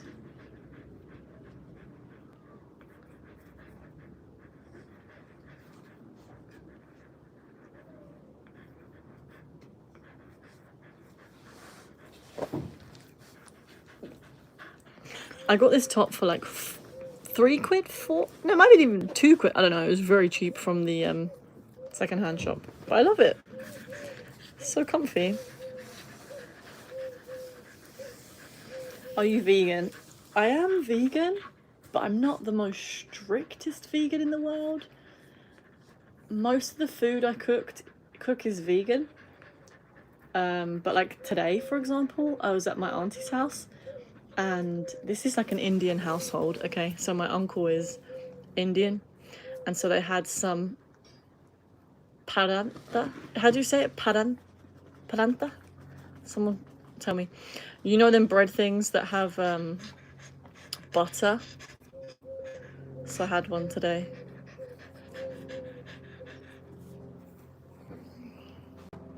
Naan bread. It wasn't naan bread, it was a paranta. Paranta. I don't know how to say it. Paranta. You'd make one beautiful mushroom. Thank you, Mushroom King. I'm sure you're a beautiful mushroom.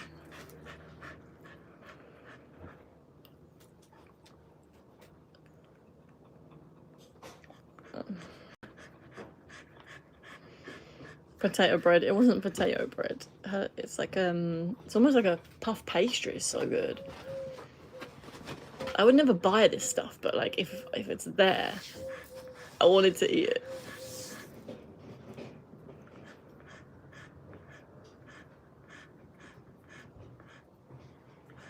Indeed I am. I am the king.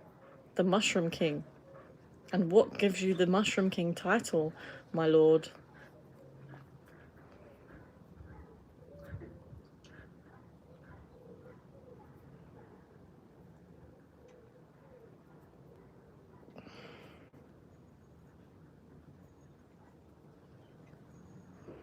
You're a star, you're a star, you're a star.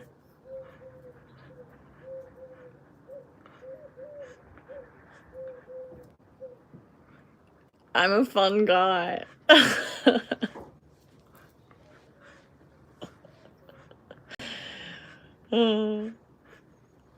Okay, what else?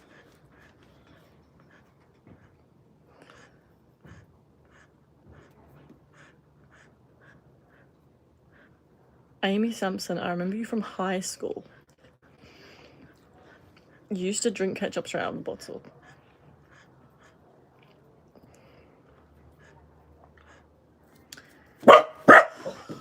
Here we go. Here we go again. Where are you from? I'm from England. What else? Come on, Mushroom King, because I'm sure all of the other mushrooms are fun guys. So what made you the Mushroom King? What gave you that title? What did you do to deserve it? How are you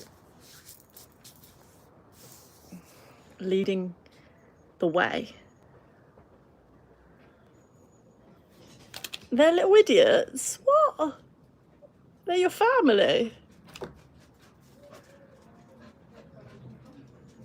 This is not the kind of king that I would want. Calling the people idiots.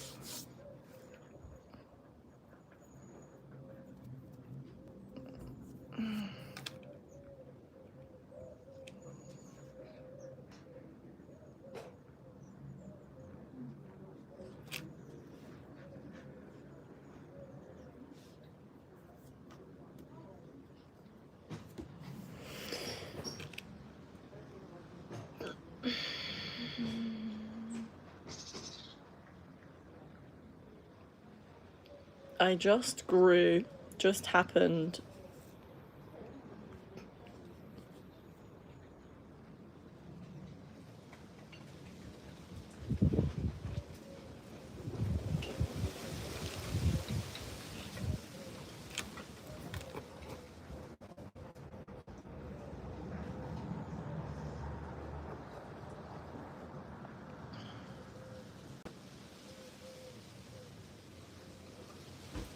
My crown is a part of me, I had no choice.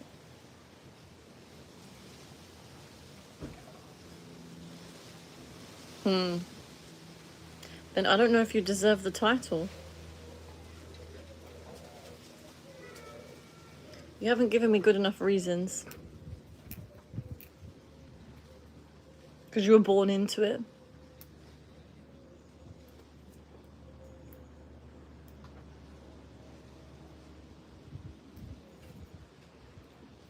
They grow mushrooms? Who grows mushrooms?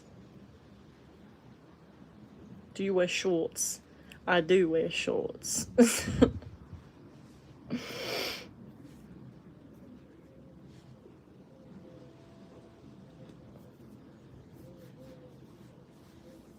Hey AJ, Canada.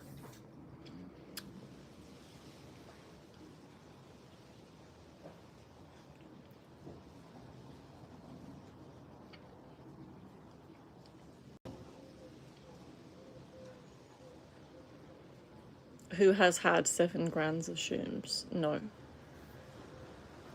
The crown is literally part of my head. I don't know what else. I don't know. Okay, are you talking about the actual mushroom? I'm looking at your picture. Yes, news, Amy. News? What news?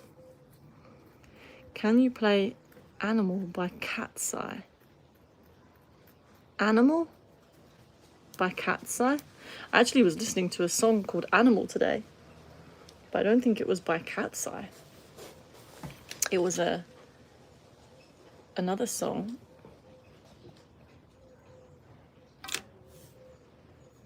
It's as mushy as I am. What about you is mushy? What do you think mushy means?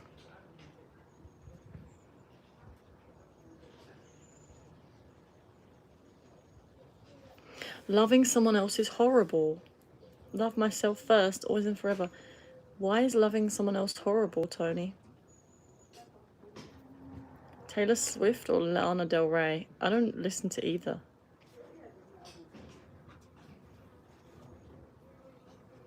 Ah! Bless you. Can you play Sleep Token? What's that? Hello from Italy. Hello. Dennis, mushy peas.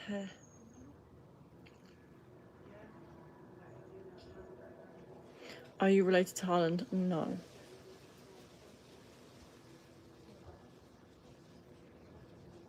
Maybe.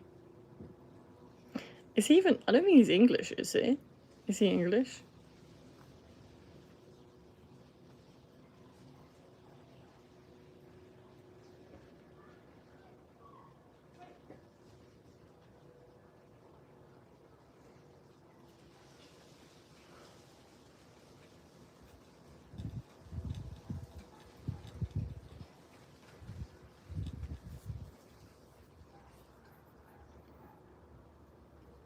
Hello, boo-boo.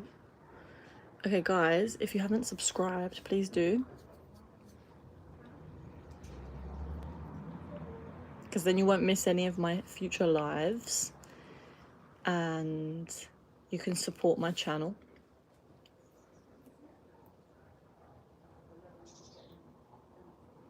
I'm also writing a book, a prayer book right now, so...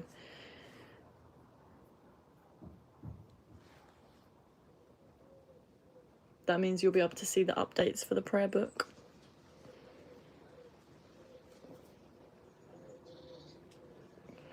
Hey, young lady. Hey, young lady or man? I don't know. I'm guessing you're a man. Why does a lot of people like soccer? I don't know. Probably because it feels this... I heard that guys like soccer because it's like they like to feel like they have... what's the word? It's like...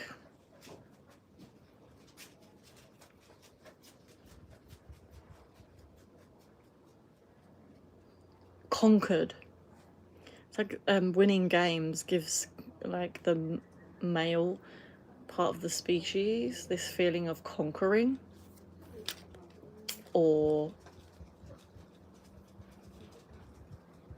yeah, I guess like the competitiveness.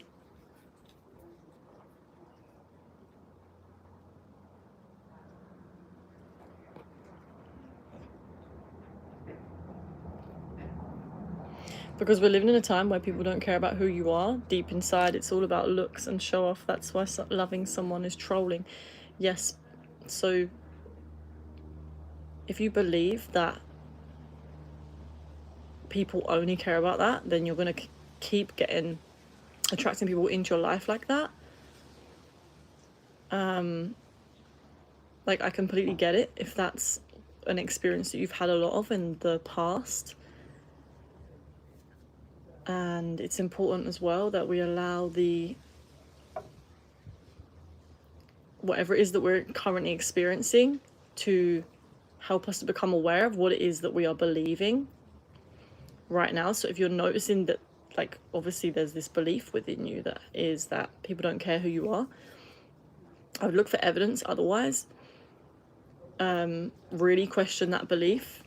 See if you can find ways to find people that really do care deep down, because there are people, I'm telling you, there are people that care about who you are deep inside. So watch the content that you're taking in, like who you're listening to, what kind of shows you're watching. All of these things feed into our disempowering beliefs. That's why I always talk about how it's so important to be aware of what we are consuming. TV, media, subconsciously is controlling our frequency and the frequency of our beliefs, feeding narratives that are disempowering, feeding beliefs that are disempowering, separating us as a species. So we have to be very, very careful and very discerning and discriminate when it comes to what we're taking in.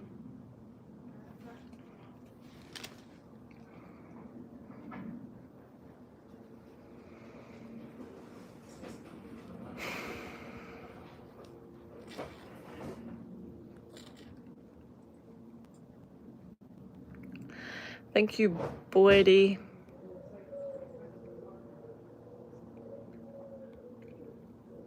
Okay, I have 1%. Let me go and charge my phone before. Okay, guys, if it dies, which I don't think it will, because I'm gonna get. Ouch! I have one. This happened to me last time. Oh no, where's my charger? Okay, here we go. I got it.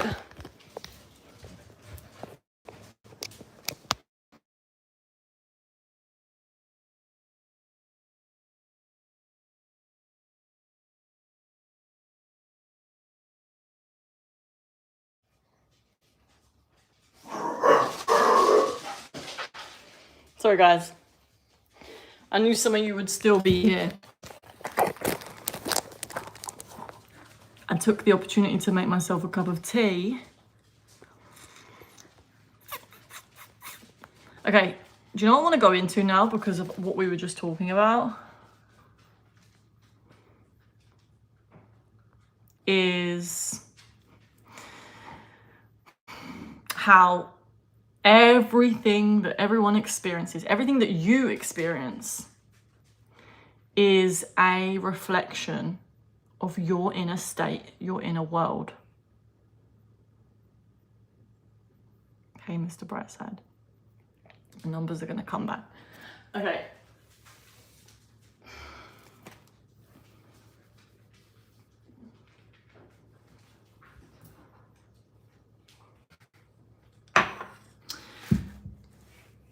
Do you guys get that? Like, is this something that everyone gets or not? Like, that we are, the external is the reflection of the internal?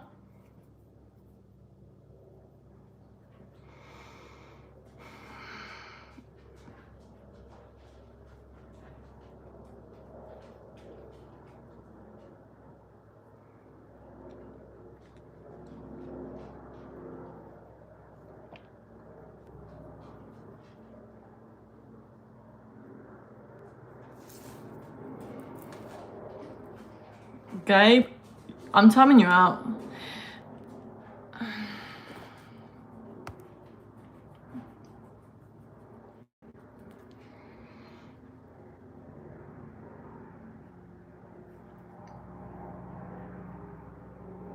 Guys, if you put creepy things in the chat, then I will time you out.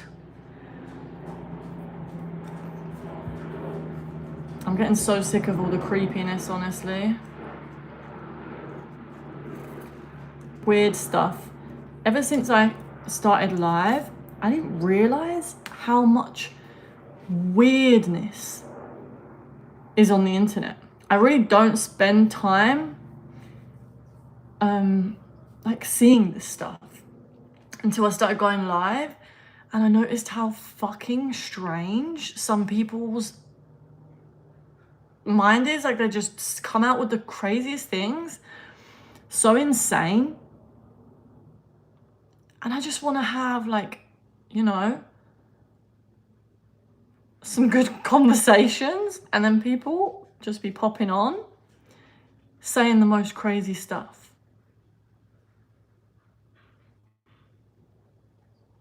Why did you become thin? I have always been slim. I've always been slim. This is my natural body. It's beautiful.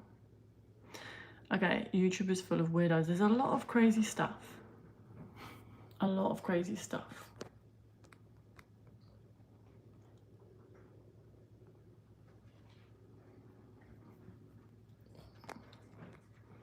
It's honestly, to me, like, shocking to see, and makes me feel like concerned for humanity. Like, the amount of things that people come on, like, if it's kids, then, like, fair enough. Like, I know kids will probably say things that are stupid and they're just, like, playing, or, like, they don't really understand what they're doing. But, like, I don't think if people realized how powerful their energy was, would they really be spending it trolling other people? This is why I think that the people that are sending insane things, they're very, very people that are very disempowered, very powerless. Because you really need to say something like that to put this energy out there. Like, if you knew how powerful you were, basically, you would probably put your power into way more I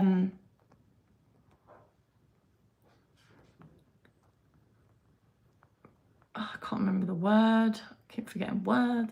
You'd put your energy into things that actually matter, you know?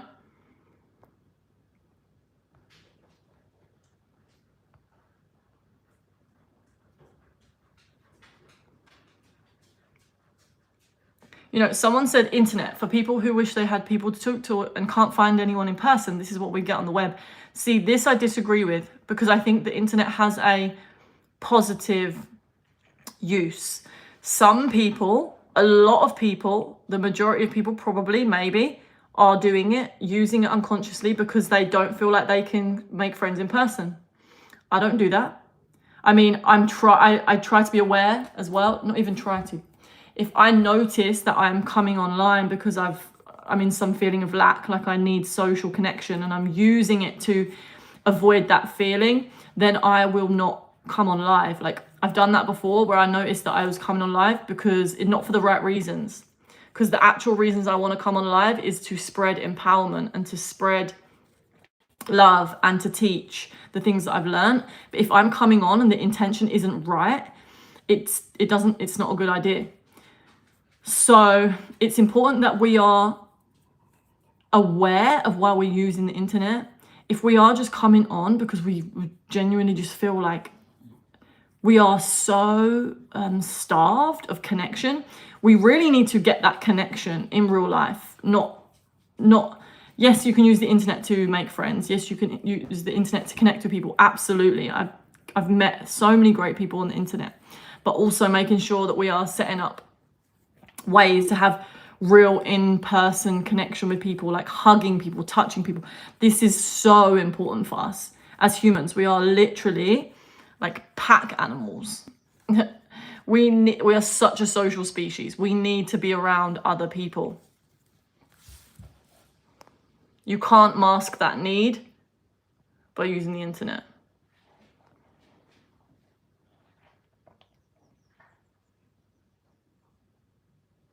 Tony, I understand that. I wanted to hear what you had to say about love. I'm introverted and I truly appreciate this lifestyle. Less hassles. My energy always attracted other good introverts. Yes. Okay. When you said, I wanted to hear what you said about love, were you the one that said about that you didn't want to put your energy into loving others? You were, weren't you, Tony? When you say, I appreciate this lifestyle, what kind of lifestyle? You mean like going into spirituality and stuff? Self-development? Or like, what kind of lifestyle did you mean? And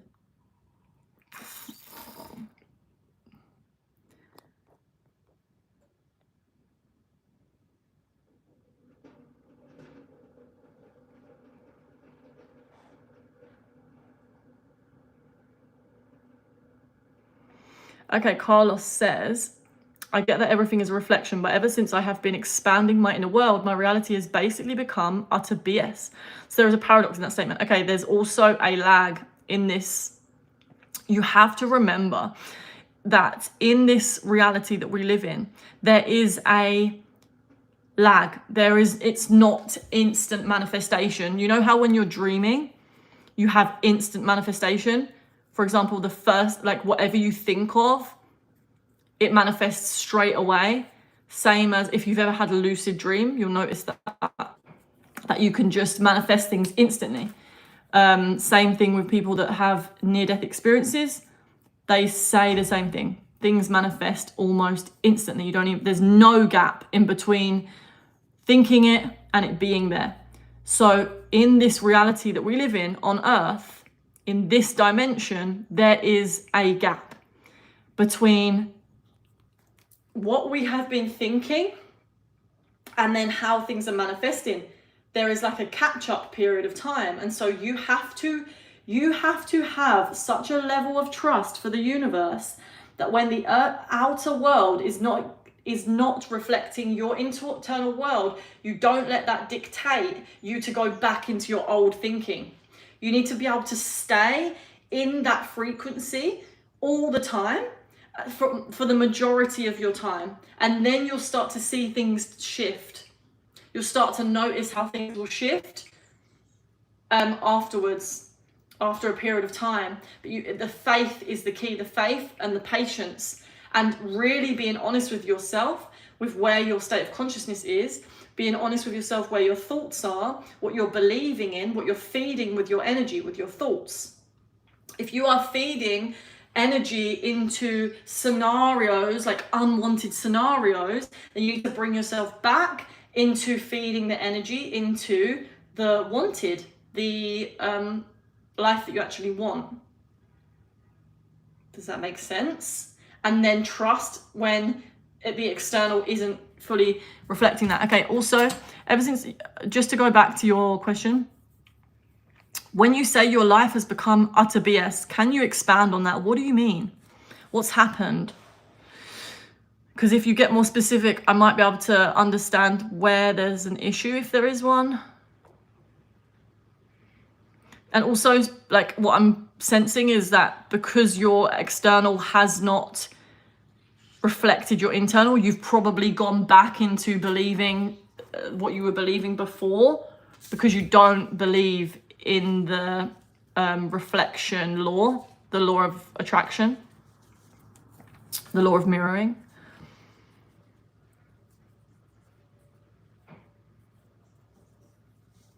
Trolls' only form of attention is to troll. We should feel sorry for them. It's a really sad existence. It's very sad. It's very, very sad. Lack of love, lack of self-love.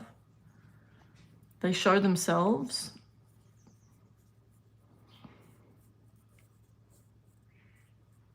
Some streams let people troll.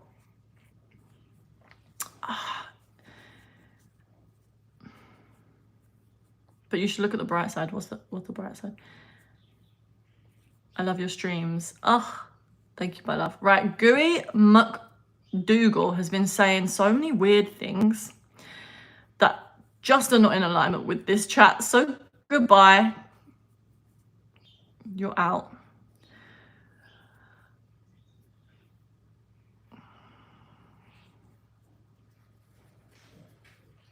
Your live stream has temporarily been flagged for excessive awesomeness. Thanks. I can't be around people. Why not?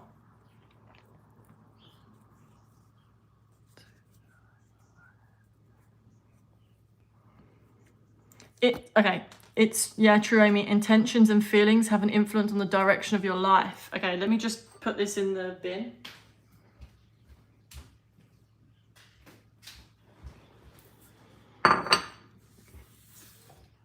Intentions are everything. Everything.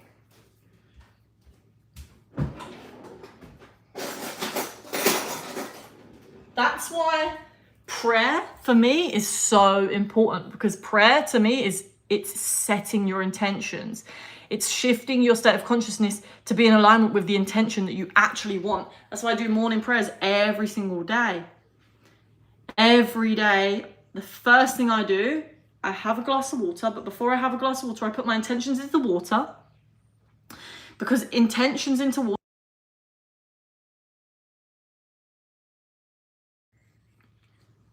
This is scientifically proven that when we send our intentions into the water, it shifts the structure of the water, guys. Excuse me, love.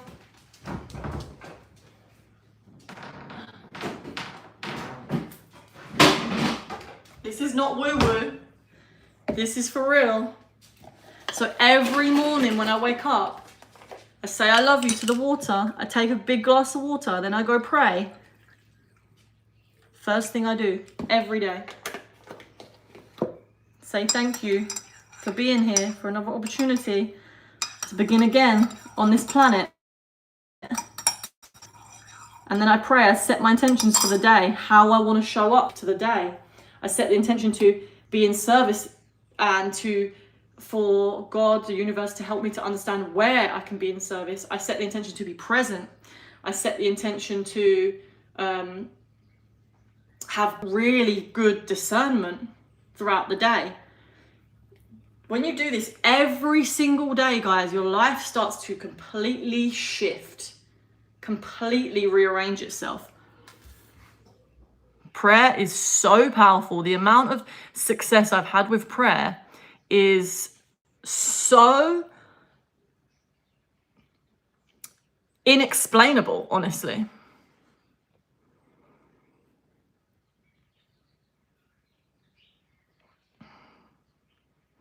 Living in isolation is extremely healing, actually. Being over social is a poison. Are you ever feeling lonely?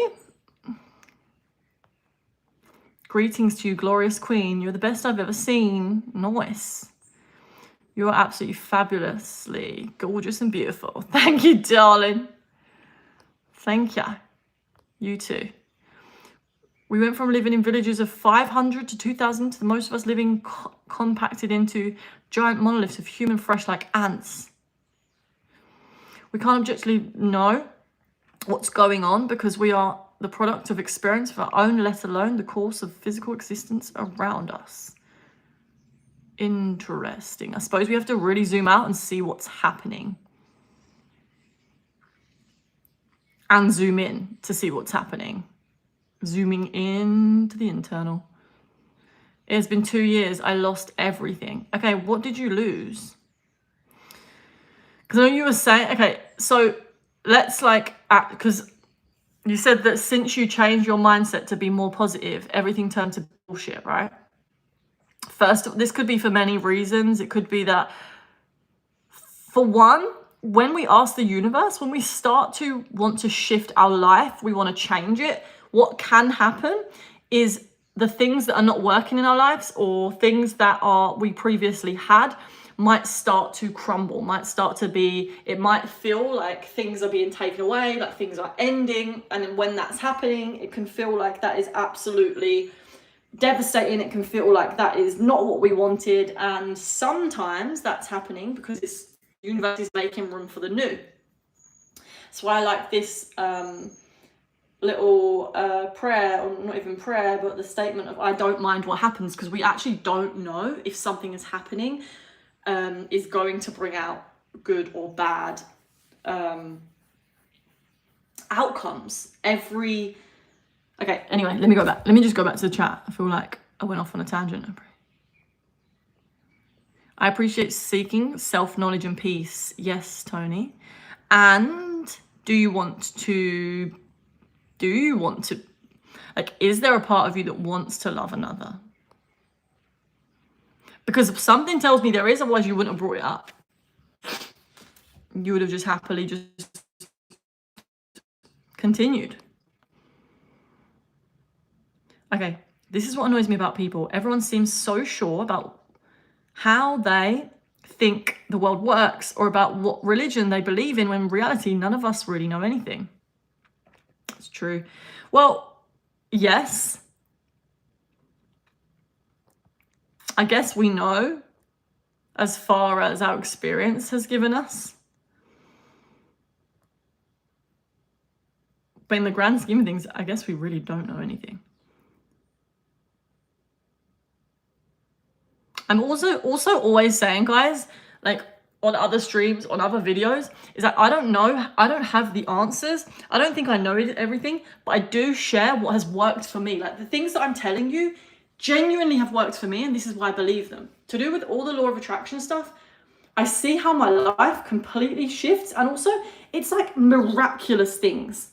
Like I will envision something, or I will say thank you for something, and things will just show up in my life all the time.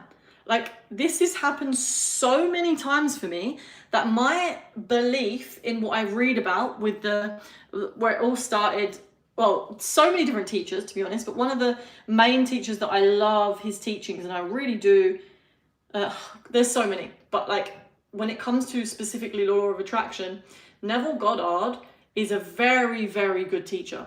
And so I do really like that. I also love A Course in Miracles. It's very aligned with Neville Goddard's work.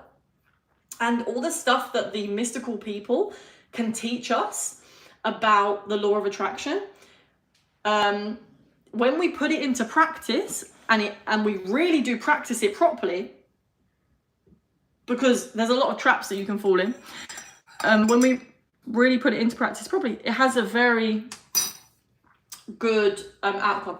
Also, sorry, it's very there's a lot of evidence, right, in your own experience. This is why I think with spirituality, it's very much an evidential thing. And like I could stand here and talk about my experiences and what I believe and what I have experienced to work for me. Doesn't mean I know everything. Doesn't mean I know how the universe works. I wasn't there when they were created.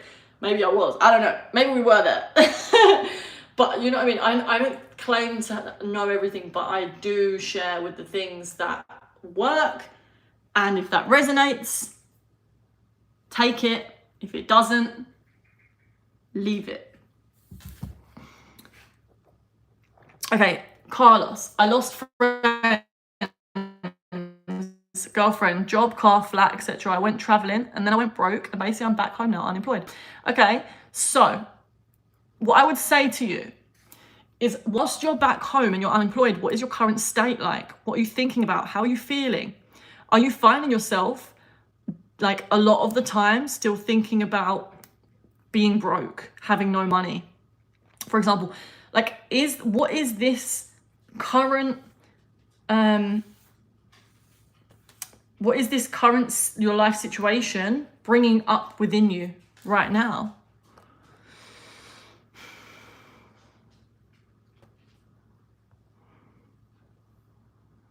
Holy water, literally, yes.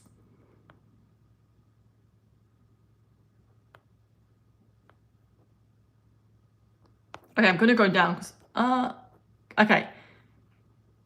If you spam the chat, you'll just get automatically deleted, okay?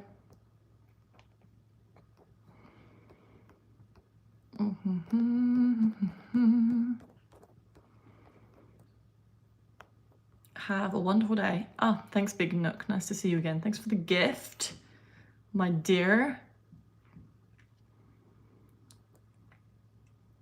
Have you already had your goth phase? Or is it still waiting to happen? I think it's about to. I think everyone wants love. Yes, we all are love. It's just when we forget our true essence, who we truly are. That's what I've learned.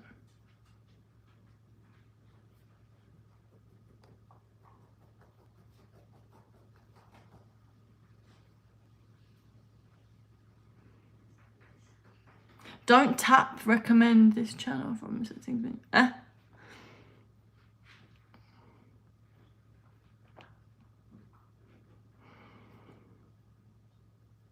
When it comes to actually like when you're like imagining what you want or how you, if you want to shift your external, you have to actually live from that state. It needs to be your predominant state. It's no good thinking about it for 20 minutes and then going back to, for the rest of the day, about thinking about how you've got, if you're trying to, for example, manifest money, right? It's no good thinking for 20 minutes about being rich and having all the things that you would buy if then for the rest of the day you're going to be thinking about how you haven't got enough money. It needs to be the state that you're living from predominantly, and then you need to take actions that are influenced and inspired by that version of yourself.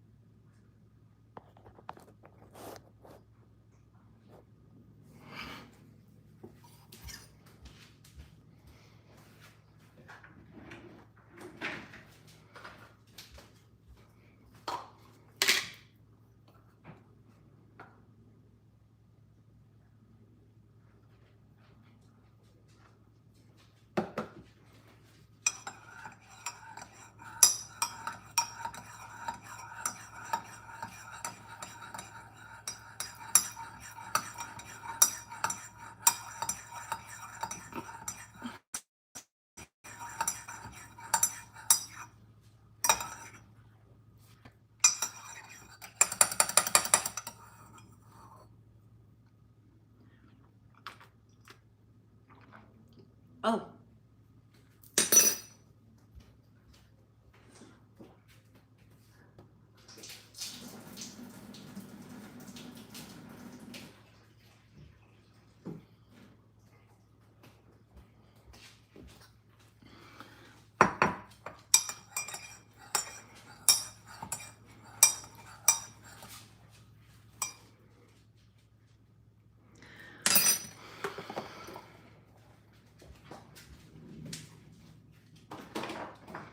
Okay, guys, if anyone is struggling with anything, like feeling really stuck with something, or maybe there's something that you're trying to create in your life that you have been struggling to create, it feels like it's impossible to create, or it's just like something you've been getting really stuck with, or maybe you've been feeling really stressed, maybe you've been feeling really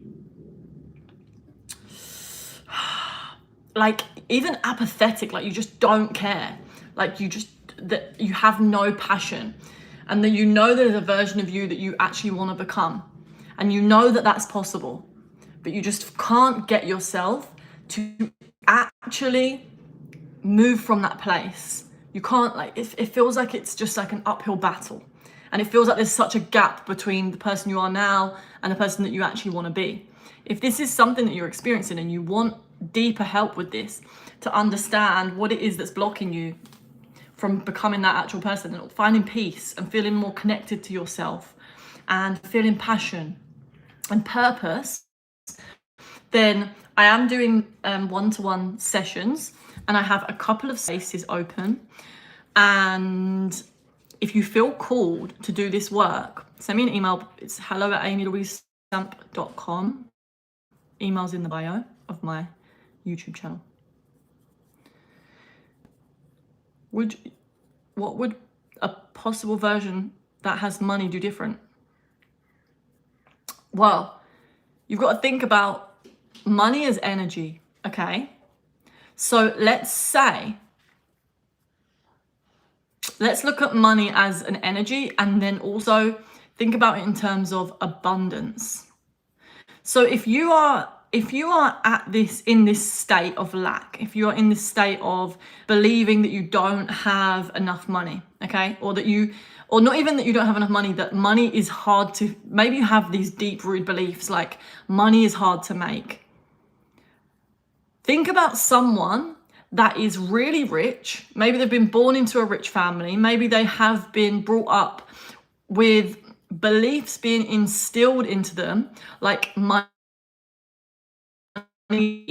people on the planet that have those, money is easy to make, money flows through to me easily. Okay, these beliefs that some people hold, and this is going to be reflected in their reality, and also they're going to make decisions based on that beliefs, because everything is flowing out from the subconscious realms. Your beliefs are very deeply rooted, and they are going to have an effect on what you choose to do throughout the day. So if you have a deep rooted belief that money is really hard to make, that is going to affect all of your other thoughts.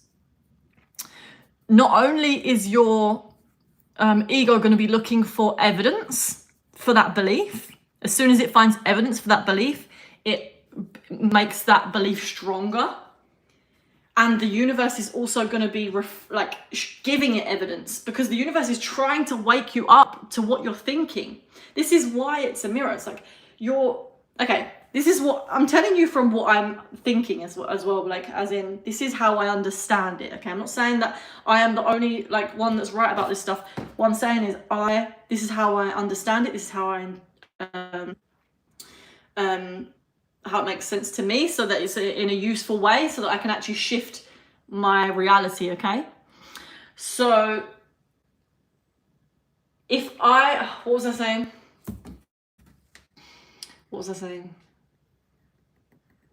If you have this belief, deeply rooted belief, that money is hard to make, then your actions throughout the day, for one, you might feel a bit low. So you might have this feeling of not having motivation to do the work that your soul actually wants to do, because there's this little voice inside your head that's like, this is going to be too difficult. And so you don't do it. Whereas look at someone that has the belief of money is easy to make, they're much more likely to just go for it and just do it. That's why you need to shift our beliefs in that way, which is not easy, honestly. Not always easy to do. That's probably the hardest part about manifestation, is finding the deeply rooted beliefs that are keeping us further away from the version of us that we want to be. Finding them is a whole process in itself. And there's ways to do it. I'm going to do a workshop about this. I need to do a workshop about this. Finding deeply rooted beliefs. They are always being referred to us by how we feel, our reactions to things. For example, if someone said to you,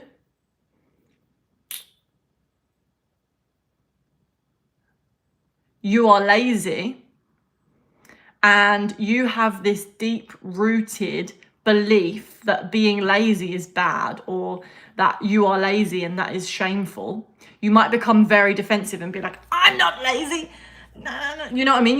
You get really triggered when someone says that. But if you know deep down, if you don't have that belief, and you know you've been working hard, and you know that it's okay to rest, if someone said you are lazy, you're not going to get triggered as much. So notice when you need to defend yourself. That's going to help you to understand when there's a deeply rooted belief. Everything, again, is mirroring your inner world.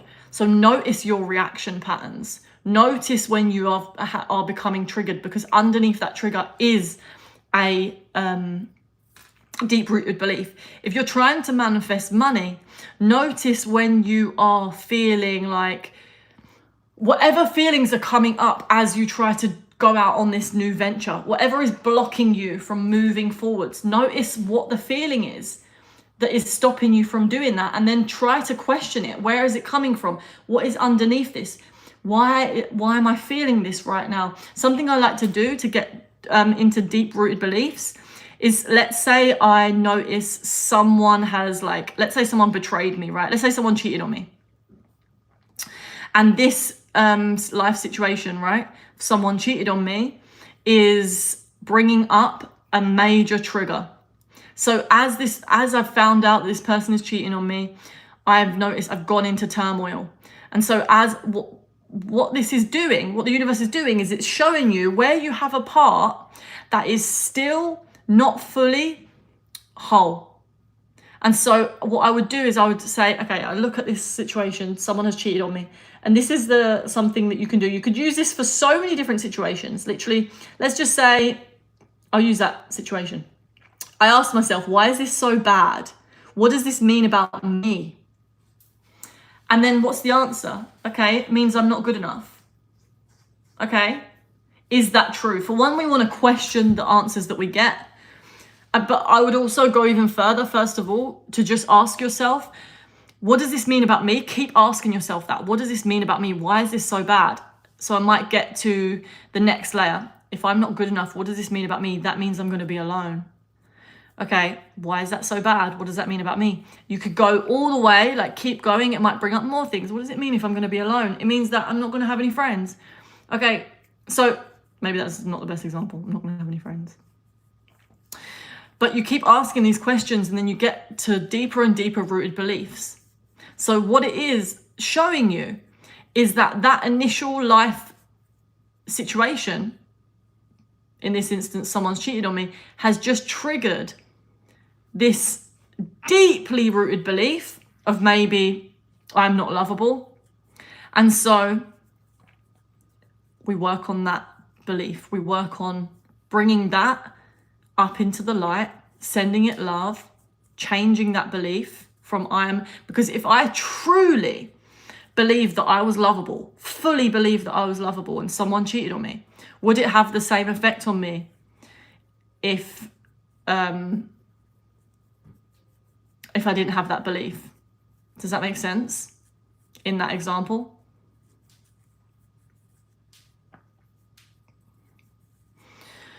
Of course, you know, betrayal is betrayal, but like, what is it bringing up for us when it's happening? That's the main thing. It's like if you lose your job, for example, or let's say you're in a life situation where you've been applying for loads of jobs and you're not getting anything back. Is your natural reaction to be in a state of faith and to hold that belief of, no, the right thing is coming to me? Or is your reaction going into, there's not enough jobs, there's not enough things, there's like a lack of opportunities? Like, are you going into this spiral of like, what is it bringing up for you in that moment? Like, can we become aware of whatever this current life challenge is bringing up for us in the moment? Because that whatever is being brought up in this moment is the thing that is ready to be healed now.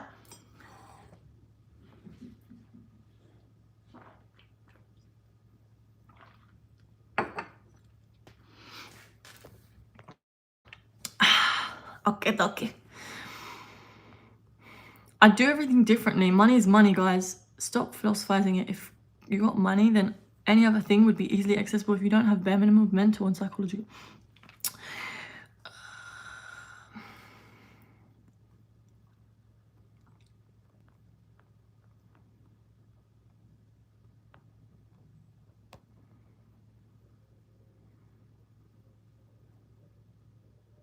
Okay, Pat McCart, let me ask you a question. Would you say that to my face? In real life, would you come up to me and say to me, you look too skinny and you need to eat a couple of hamburgers? Because I bet you would not say that to my face. So why did you say it on here? What was your intention? What is your intention behind saying that, behind putting that on my chat?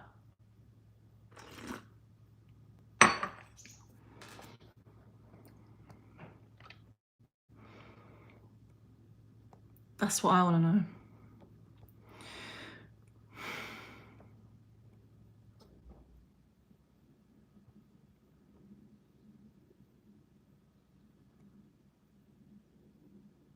Zach McHugh, hey! Thanks for the positive energy, my love. Sending it back to you. Someone said positive energy is suited. I could not disagree more. We have love. Sending loving energies. You know, when you give loving energy, you also receive as well. When you're giving out loving energy, it starts here. And so your aura, which is extending out from your body, gets to feel that love first. And so when you are around loving beings, those loving beings, they are filled with love. They have enough love inside themselves to send it out to others.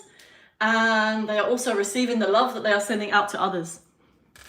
That's why if you send fearful energy, if you send dark energy to others, you are filling your aura with dark energy. And so you will feel that attack in you're attacking yourself is what you're doing.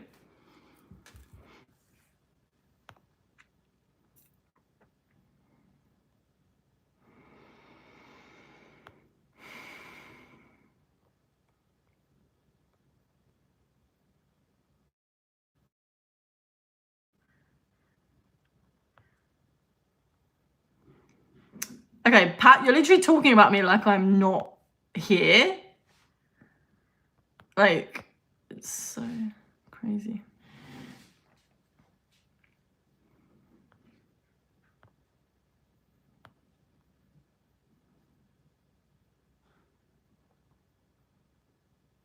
Welcome. We build bridges between thoughts and words. Ooh.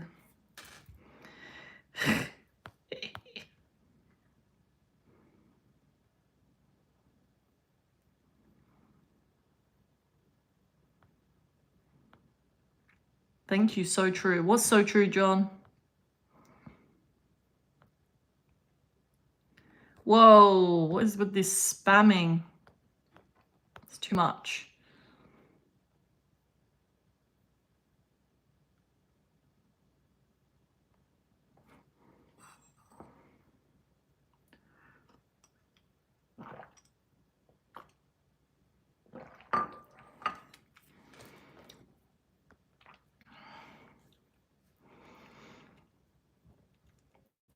Tejano de Fuego. Hello. Welcome.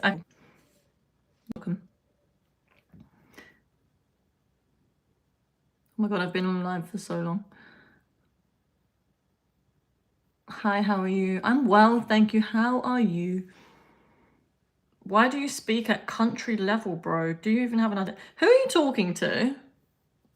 I literally don't know what you're talking about. Hi. Wow, you pronounced that very accurate. Tejano de Fuego. Are you a thing, object, or a human? I don't know. I don't know. Your Spanish is very good. Ah, gracias. Gracias, babe.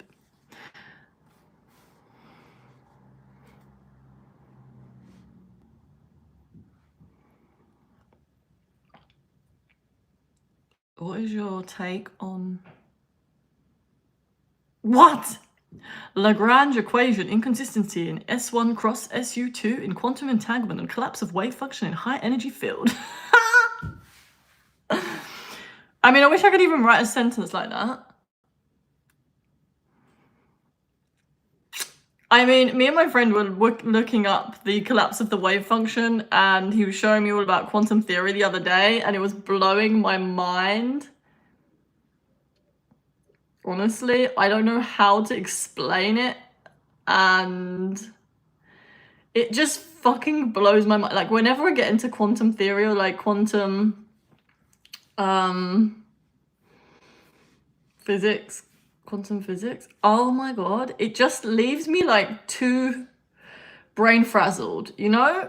I'm like, oh, too many questions, can't take it. Too many existential life questions.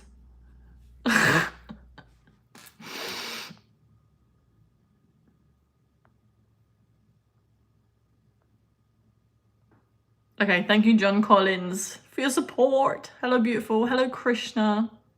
Krishna Aran. Greetings from Kiel. Hello. People are not, some, not all are just food. Food? I love your style. Thank you. I have a French friend who wears flip-flops. I call him Philippe Fallope. What ethnicity was your friend? Nigerian. Wait, ethnicity. I didn't say his ethnicity, yeah. He's black.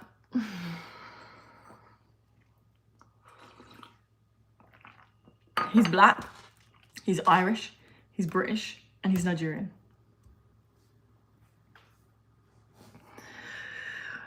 What I wrote doesn't mean anything, just some words put together. Check the yeah. Well, thanks for that.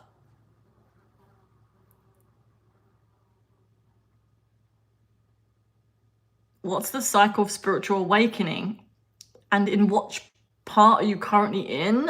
I feel like I'm going through cycles of spiritual awakening all the time. Like I feel like in the beginning, I felt like I had an original, like I awoke, you know, like when I first woke up to the spiritual stuff, I was like, okay, wow. And then I fell like deeply back into unconsciousness. And it was like a really hard time around COVID time. I remember just feeling like really crap. But then, and I was always learning, always meditating. But then I feel like it's been a lot of like other like mini cycles within big cycles. I feel like at the moment I'm going through this like transformational period where there's been so much symbols as well and synchronicities of like butterflies around. And I really do feel like I'm in that moment of where the butterfly is coming out of the chrysalis. Is it a chrysalis? Out of the, what's it called? The thing that it comes out of? The cocoon? Is it a cocoon? I feel like I went through a really big transformation where I woke up to my true self again on a much like a clearer level, like so many times just forgetting who I truly am, what I truly am, like the essence, and like being in these negative spirals and feeling like I am going in and out of that and then waking back up to it again and again and again. And every time I do, I learn something new. I gain more awareness of something that was keeping me trapped or keeping me stuck. Do you know what I mean?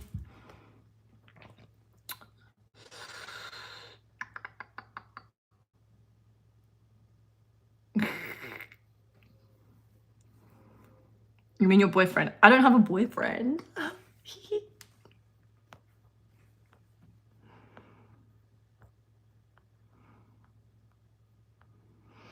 Bojack, bruh.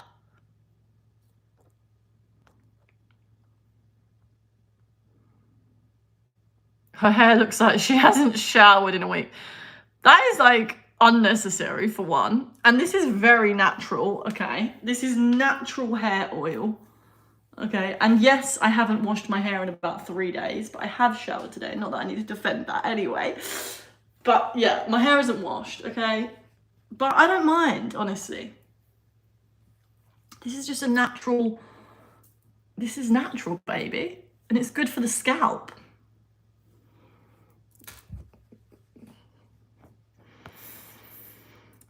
I used to be pretty spiritual and have mad synchronicities. Then I got into Frederick Knights, I can't say that word, and have been totally detached from magical reality. Lower vibrational too, struggle to get back into that flow. Chemistry 8Z, thank you. You're in the right place. The universe has sent you to the right place, honey. Maybe there is a call to get back into it. What made you come out of it? What is it that, like, what's Frederick Knight? Is he like a nihilist or something? Butterflies have chrysalis, not a cocoon. Okay, yes, thank you. She was right the first time. Nice. You are an angel.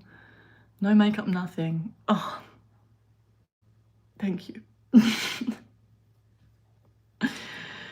You are a natural with a beautiful body. Oh, Ben.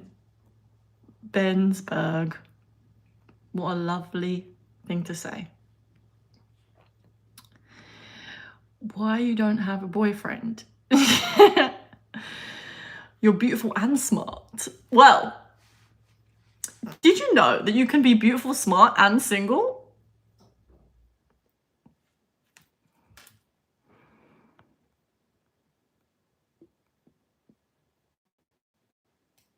Thank you, Tim Timony. You are beautiful. Any British man would be lucky to have you. What about if he's not British? Is he still lucky then? Because I don't think any British man would be lucky.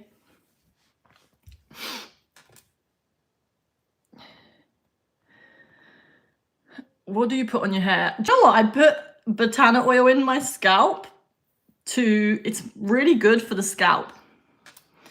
It's got lots of minerals.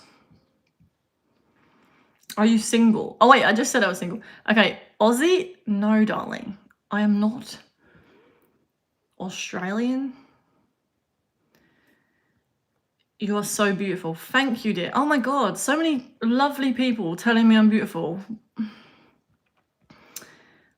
Thank you, dear. Thank you. Watching from Oregon. Liked and subscribed. Thank you, Stella. So good to have you here. Do you have Instagram? I do, Mo Wilson. It's Amy Louise Samp. It's the same as my YouTube handle. Go follow me. I put lots of different stuff on my Instagram is very different to my YouTube, honestly. I still share a lot of hidden mysteries. This is what it says in my bios. Hidden mysteries and sacred knowledge. Like, I share a lot of stuff like that on my Instagram, but it's also a little bit more of just like me, you know? Me and my arts, me and my creations, me and my dancing, for example. My outfits I share on Instagram. Chemistry says, Nietzsche was a materialist, atheist, philosopher who saw that Europe was entering a nihilist phase after religion and called people to create their own values. Made me drop my previous perennial spiritual. Okay, how do you feel about getting back into it? She's a Kiwi. She's not. Yes, you can tell she's a Kiwi because of her hair on her arms. Just like the fruit. That's jokes. Okay, I love my hairy arms. So cute. Yeah. So chat is a reflection of your inner world, also the creeps. Yes, well, sometimes I'm really quite like looking into that. Like, why? I don't know, because I think that sometimes I'm like, it's something I'm still inquiring. Something I'm still trying to understand. Is like, what is this reflecting to me? It could be boundaries. It could be inner beliefs. I don't know. Figure it out. But I get a lot of really beautiful support as well. So hope you have an amazing day.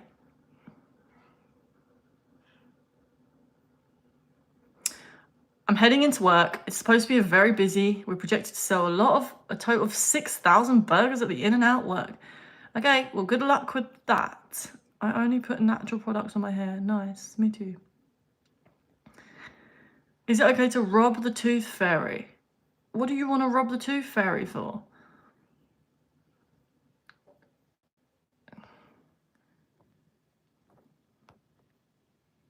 Hello, my lavender latte.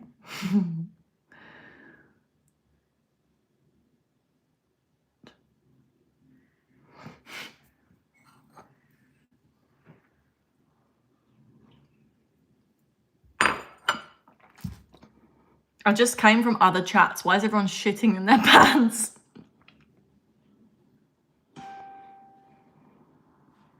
Hello today, beautiful.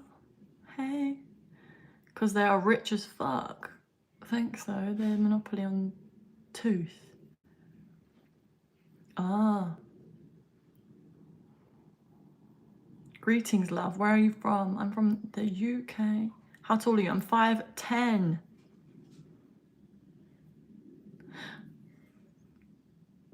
Oh. Okay, let me just message my family. 1 sec. Guys, I'll be back in 1 sec. Oh! What's happened?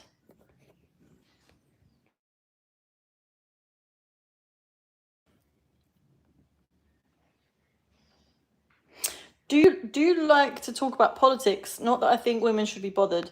Can you see me, guys? Is it frozen? Oh no.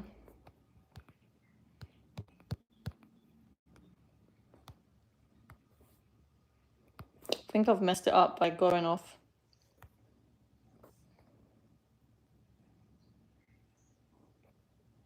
Do I like to talk about politics? I mean,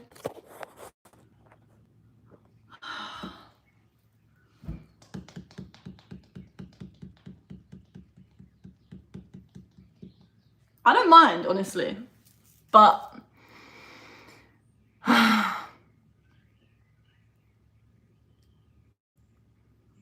I'm open to talking about things. I think it's important that we talk about the systems. I'm always going to have a very spiritual perspective on things.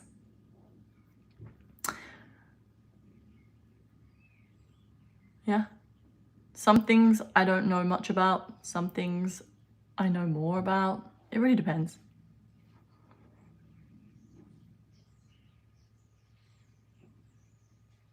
You're there, we're here. Girl, you gotta come check kite surf in my city. Oh, where do you do that?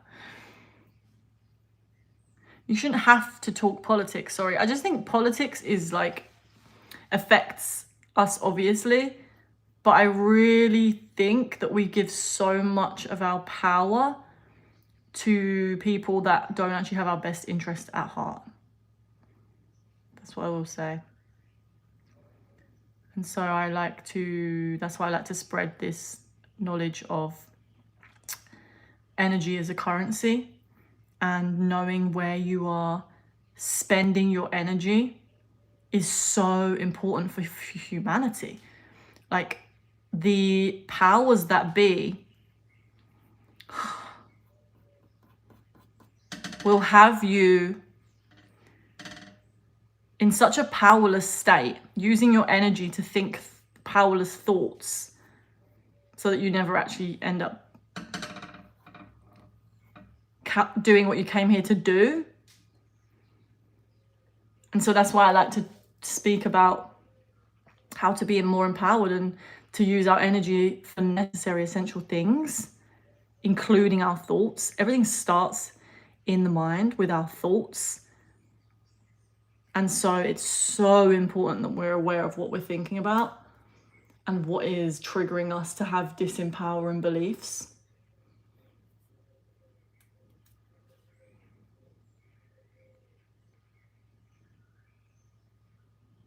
Your Insta page is fire. Thank you.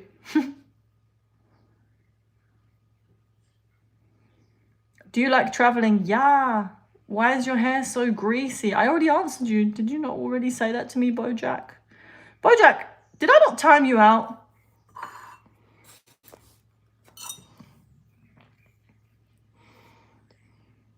I feel like you should be timed out by now.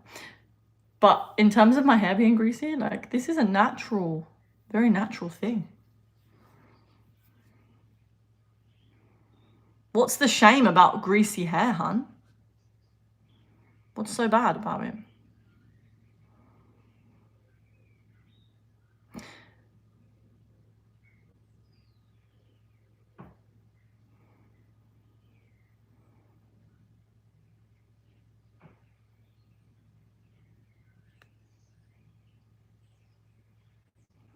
Tijano de Fuego. My Instagram is the same as my YouTube. Amy Louise Samp.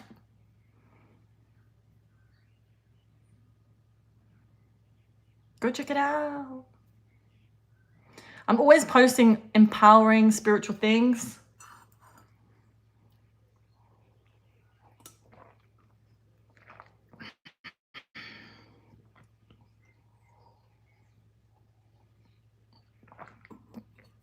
Okay, guys, if you haven't subscribed, please do.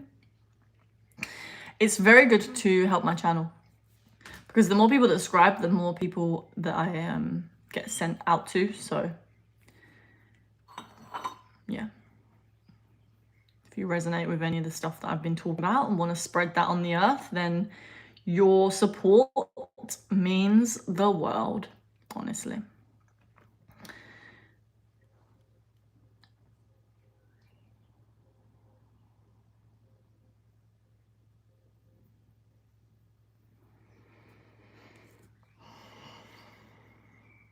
Prophet said, if a woman from the women of paradise were to appear to the people of earth, she would illuminate what is between them and fill it with fragrance. That's so beautiful. I love it. Okay.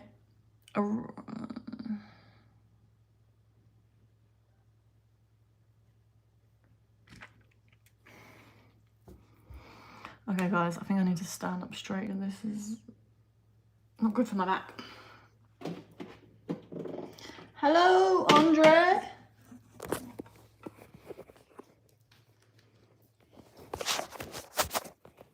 Oh, it's 6 o'clock.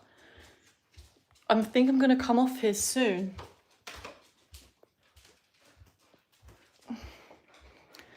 Because it's too late. That picture of you in Lake Ontario, yeah! There's a picture of, Sorry, the dog just trod on me in a very painful place. Ow! Yay! I loved Lake Ontario. Hey, hun. Calm yourself. Are you here on vacation? Am I here? I'm not on vacation right now. But I did go to Lake Ontario in May.